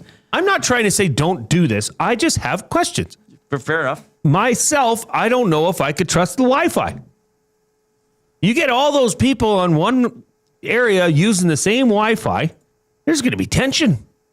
What if that Wi-Fi fails? What if it's not good enough? It says Wi-Fi at every table, so maybe each table will be its own little part of the network. I don't know. Great. If that's the case. Maybe, your password will be table 14 RP or something like that. I don't know. Right. Now, when drafts started coming out, NFL drafts, you could do this over, your one friend could be in Vancouver, your other guy could be in Toronto, you could have 3 people in Edmonton, Calgary, because you could do it online. Right. Okay? But the real people, at least in my opinion, once again, these are my thoughts only. No, that's fine. The real people will get together and draft together, and they'll select their players and put them up on the draft board in a sticker form. Right. I mean, that's how you do it. When I do our draft, it's coming up on August 22nd. I will bring in. I'll show you a picture of our draft board. It's lovely. It's beautiful. It's sent to us by NFL.com. You have to buy it there. That's fine. But my question here is at Rogers Place, where's the draft board? What do you do? So you have stickers for each player? Every player. Really? Mm-hmm. Every player in the NFL you can draft? Not every player, but we've been doing this that way for 6-7 years. We've only had to handwrite 1 or 2 players a draft. Wow. They do a good job. Wow. Yeah. That's a big thing. Where's the board go? My first round pick, Malik Neighbors, would have been there. He would have been there at the start of the 4th round too, or 3rd round, okay? You're not taking Malik Neighbors number 1. I took Malik Neighbors at pick 11. Okay, you know what, Ben? Nobody cares about your fantasy team. That's not what this segment is about.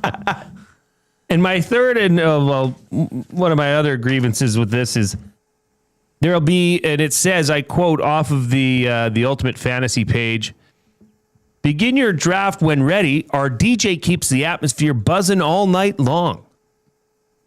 I don't want a DJ. I don't want a stinking DJ, going to be probably too loud. DJs don't just play moderate volume music. They only know one form of music, and that's loud. I don't want to have that. I want to be able to talk. I want to be able to hear the trades. I want to be able to hear the picks, hear the scuttlebutt. Right. I don't know. If this is, I would love to see a review of this. If you are planning on going, if you are planning on going, email me, jay@edmontonsportstalk.com. And I'll send you a list of things. I'd just like a simple, basic review, a couple photographs. Yeah. And then maybe we can have you on the show after to review it. Because I'm very sincerely interested to see how this goes. Well, this is, I find this very curious. The major draw. Look, I'm not naive. You're on the ice. Yes, OEG's trying to make money, and I have nothing against them doing that. They're a company. They have a part of their product is their hockey arena. Absolutely, and part of their product is a fan experience. I wonder what it's like. So 5:00 doors open. Kick things off with team photos in the Oilers Hall of Fame room. Then head through the player tunnel to the arena floor to claim your league's table, beer bucket, and all-you-can-eat wings. Now, I'm jaded with this because I get to go places in that arena that the public can't go. I'm very lucky. For some people, walking out that tunnel and getting in the Hall of Fame room, they're going to say that for the rest of their lives. So, if McDavid comes out the tunnel, I was there. Absolutely. Is it worth $80 and then other food costs or drink costs possibly? I don't know. I'm curious to see how many people do this. I'm curious to see how many people are that fascinated with having an experience that is not related to being an Oilers fan directly inside Rogers Place. I'm curious to see how many people this draws in. Spend $80 to have your fantasy draft at a table on the ice of Rogers Place. Of course, the ice will be covered or whatever, but I'm curious to see how this goes. I would think OEG maybe knows that this is going to sell out, or maybe people have suggested, I just want to be in the arena. I'd love to be on the ice, however I can do it. I'd love to walk through that tunnel no matter what. Well, you can't. It's hard to do it during the season or on a game night. And look, the Oilers Hall of Fame room, it's unfortunate there's not more public access to that. I mean, it's the press conference special event room. I think if they could do things again, they'd do something that could get more of the public in there more often. So, I get to go in there all the time. I get it. It would be, but I get it. I don't know if it's hard for me to imagine being an Oilers fan now because I've been covering the team so long. I don't know if I would spend $80 to go, and it's not per team, it's per person. Right? Yep. Per person. Yeah. So, that's what I said. If you have an 8-person team, that's $360 up to, Yep. I wonder, with, if it's free, if it's, all you can eat wings and a beer. 640. That was terrible math, Jay. If it's all you can eat wings and a beer, how much does that cost at a restaurant? Well, $40? See, that's the thing. You can't, if you're going to this, you're overlooking that. You're saying it's the experience that I'm paying for. Of course, I know. I'm just trying to say, if you were to go for a night out for all you can eat wings and a beer, that's costing you what, $40 probably, somewhere around there. You could. I can see in your head going, okay, well, if that's $40, I could pay an extra $40 to go on the main ice at Rogers Place and walk through. You know what I mean? You know what I mean? I mean, if you go for a wing night and get a pint, you're under 20, I think. Yeah, I just the logistics of it all.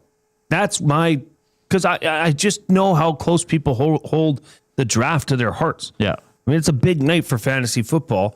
And if, heaven forbid, that Wi-Fi ain't up to date, or Johnny Bananas, whatever the DJ's name is too loud, or there's no board, you can't put, I guess it's all going to have to be online.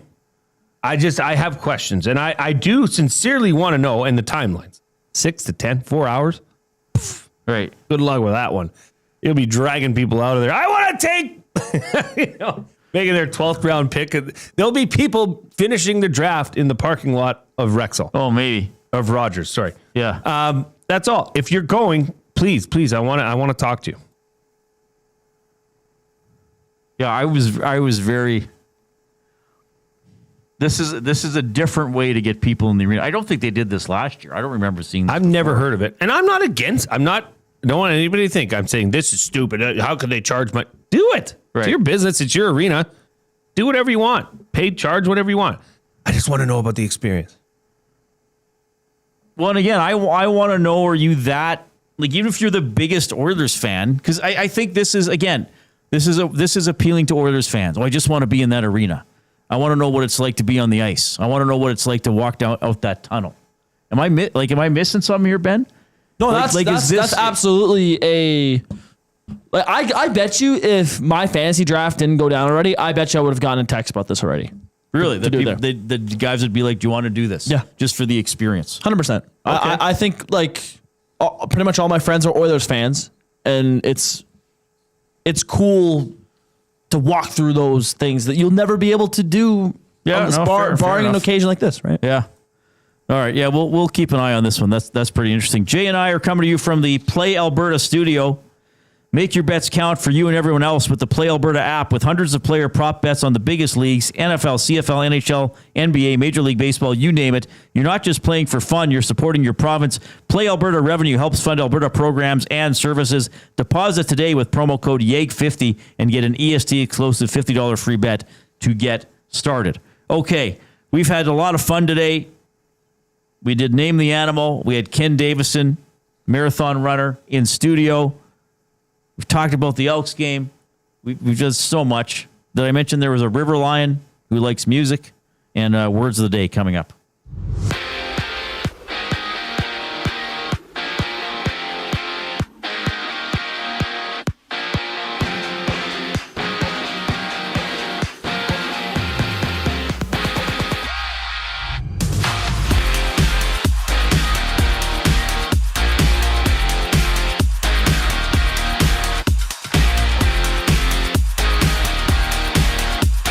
CFL Week 11 starts tonight with the Blue Bombers taking on the Redblacks. Winnipeg is 4-4 and aiming to get above 500. Kickoff is at 6:30. In the majors, the Blue Jays down the Cubs 2-1 this afternoon, with Vladdy Guerrero Jr. delivering a 2-run homer. On the hardwood, the Stingers square off against the Calgary Surge in their West play-in game at 7:30. Catch it live on our audio streams only on Edmonton Sports Talk. On the ice, Mammoth 4th overall pick Caleb Desmarais will miss 12 weeks after undergoing wrist surgery. And in golf, Robert McIntyre holds the lead at 8 under at the BMW Championship.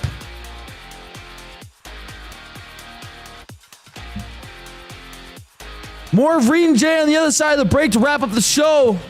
I'm Ben Thompson, and your mom probably loves me. EST Afternoons. Tyrell Ford, Edmonton Elks defensive back. What's kind of been the turnaround there for much better play by your defense? I would say probably the biggest thing is tackling. I feel like we're tackling better. We're communicating a little bit better too. We're not blowing as many coverages. And I think we're just playing as a whole unit instead of playing as individual players. We're kind of playing for each other. And so it's always changing, but I think we're kind of starting to get settled in. EST Afternoons, weekday afternoons 1 to 3, only on Edmonton Sports Talk. Your clear choice for Edmonton sports. Your brand deserves more than just a whisper, it deserves a buzz. At the Hive Product Marketing, they specialize in promotional products that bring the buzz. From eye-catching giveaways to unforgettable keepsakes, they got the perfect products to make your brand stand out and get noticed. Visit the Hive Product Marketing and let them create the buzz your business deserves. The Hive Product Marketing, the official merch partner of Edmonton Sports Talk. Visit them online at thehiveproductmarketing.com. Looking for a winning strategy for your retirement? Contact me, Joaquin Gage at K4 Financial, where expertise meets dedication. I will always look for a careful approach to your retirement, ensuring your financial future is secure. From tailored strategies to clear, actionable advice, I'm here to guide you every step of the way. Don't leave your future to chance. Get in touch with me, Joaquin Gage, today at k4financial.ca or email joaquin.gage@k4financial.ca to start planning for a brighter future and a more secure retirement. Hi there. If you're like me, you like to picture yourself in luxury, even though there's absolutely no way you could afford it. And if you can, well, even better. Thankfully, I picture myself in something that is luxury, but still absolutely affordable, like the all-new Mazda CX-90 from Park Mazda. With the new luxury features like facial recognition settings and quilted detail Napa leather seating, I can pretend to be comfortable with all of my proper settings activated without even touching a button, thanks to Mitch Lewicki and the great staff at Park Mazda. I like to picture Mitch Lewicki as a ninja fighting off evil samurai. Park Mazda, your dealer for life in Sherwood Park off Y Road, parkmazda.ca.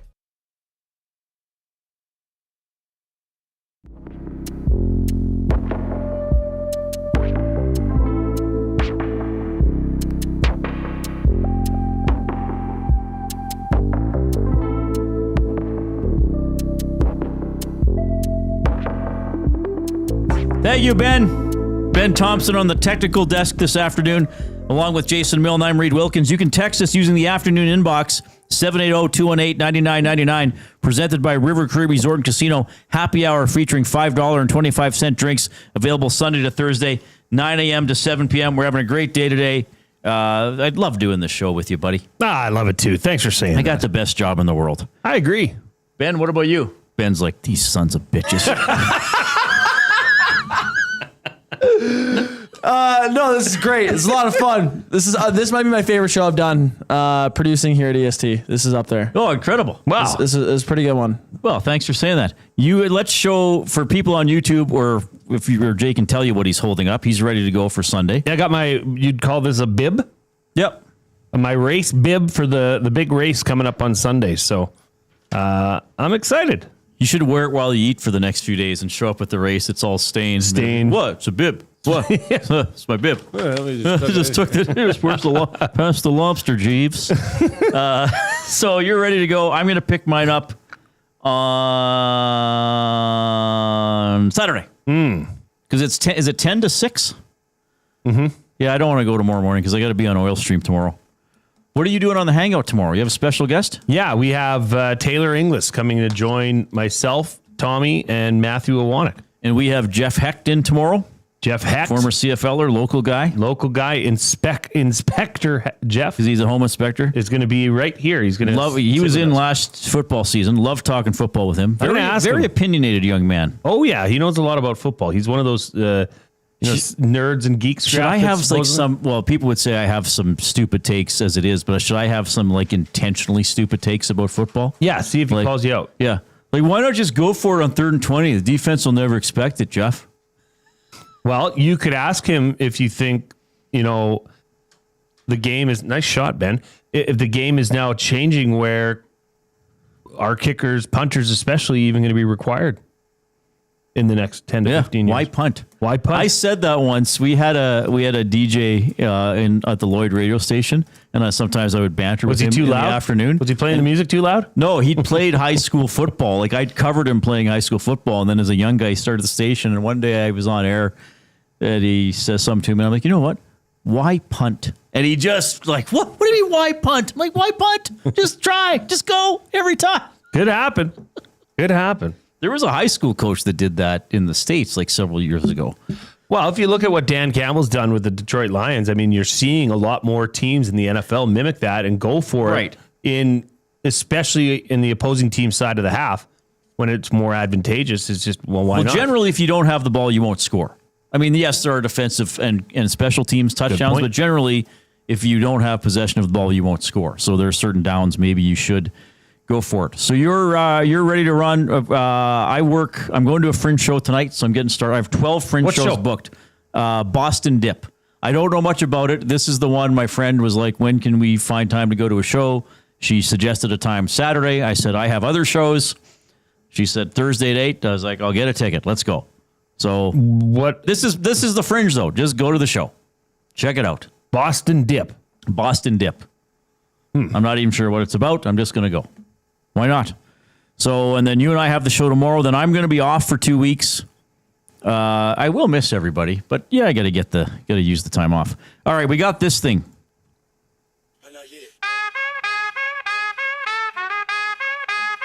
Yo, it's Reid and Jay. On the mic every day, talking Oilers on the air, but we got more to say. Slide in the booth, got the city on play, but the real hustle's words, let us show you the way. We break down the lines, McDavid on the rush, but between the highlights, we got vocab to crush, dictionary in the pocket, slang on the tongue, dropping knowledge like pucks, yeah, the game just begun. Jay with the stats, Reid with the flow, Oilers in the zone, but our words to the show, every segment a lesson, every rhyme a clue. Word of the day, now you know what to do. Word of the day, so who made this one? Educate. Oilers on replay, but our hustle elevate, from the rink to the street, from the beat to the booth, Reid and Jay spitting facts and the truth. Late night debates, call us on the line trying to tell. Okay, I don't know if we have time for the whole thing. Well, we'll shorten it for upcoming, segments of Word of the Day. But that was from Dave again. Oh wow! I mean, the guy now, yeah, we can still use the Samuel L. one. Yeah, we'll have to tighten that one up a little bit. Well, we can go back and forth. We can go to this one Word sometimes. of the Day with Reid and Jay. Oh, I'm sorry. Did I break your concentration? What do they got to say? Say what again? All right. Say what again? I dare you. I got to do limericks quick. Okay, go ahead. Bronco Nick, the EST crew are preparing for their runs. Don't be nervous and pucker up your buns. Going to Sin City to win a little bitty and avoid the barrels of the local Tommy guns. Bronco Nick, he's going to Vegas for a while. And VR Montenegro, around the office, the boys discuss their passion. Slothful coworkers proceed with fitness bashing. No cap, they're all just jelly, fat with meats from the deli. Let's all ride with the glue guy today to cash in. Nice. Pretty good. Very well done.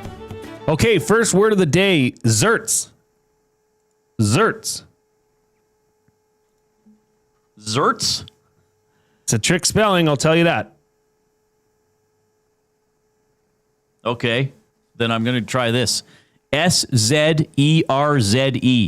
Zerts. You see what you said? Trick spelling. So you saw what I tried. Well, I'll tell you this. It starts with an X. Oh, Xerts. Okay. Xertz. Oh, okay. I need the sentence. I don't know if I have one, Reid. Now, this was provided by William Huff. Okay, I can make one up. But you'll just give away the definition, probably. Give me a... okay. As Ken Davison said earlier in the show, he likes to zerts a bottle of yellow Gatorade after a marathon. Something you ingest to prepare for something. To gulp down food or drink quickly and enthusiastically. Oh, okay, so I didn't really get it. Okay, well. Maybe 0.1. We'll give you that, sure. Okay, and don't forget. Are these from Bruce Simpson and William Huff? William Huff and Bruce Simpson and the fam came up with these again. So they're going to need a new tagline for the live read. William Huff, confounding Reid Wilkins since 2025. Okay, second word of the day, nudiestertion. Like, why am I even here? Nudiestertion. Nudie Estrogen. Nudiestertion. Nudiestertion. Nudiesterishn. Not bad. Really? Okay. Nudiustertian. Nudiestertion. I did quite poorly. I don't even know how to break that down to what it might mean. Does it have anything to do with nudity? No. Does it have anything to do with a river lion obsessed with music? No. Oh, lad, I can't help but notice the pan flute in your front pocket. Who do you think you are, Zamfir? Oh, you are Zamfir. You know, go ahead and look at the files. You'll be good. You're good. You're good. Is that what Zamfir played? Can you look up what Zamfir played? I think so. Yeah. Ben's looking it up. He's got to learn stuff. This is a sentence. I'd ordered the key online for $48. That nudiestertion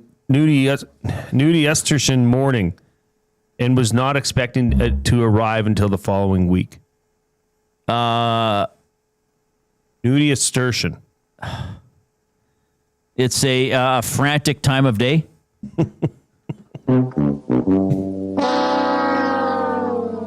Of or relating to the day before yesterday. Oh my God. It's relating. So that's the word for the day before yesterday. So yeah, for nudiestertion for today would be Tuesday. Yes, I guess. Well, no, it would be.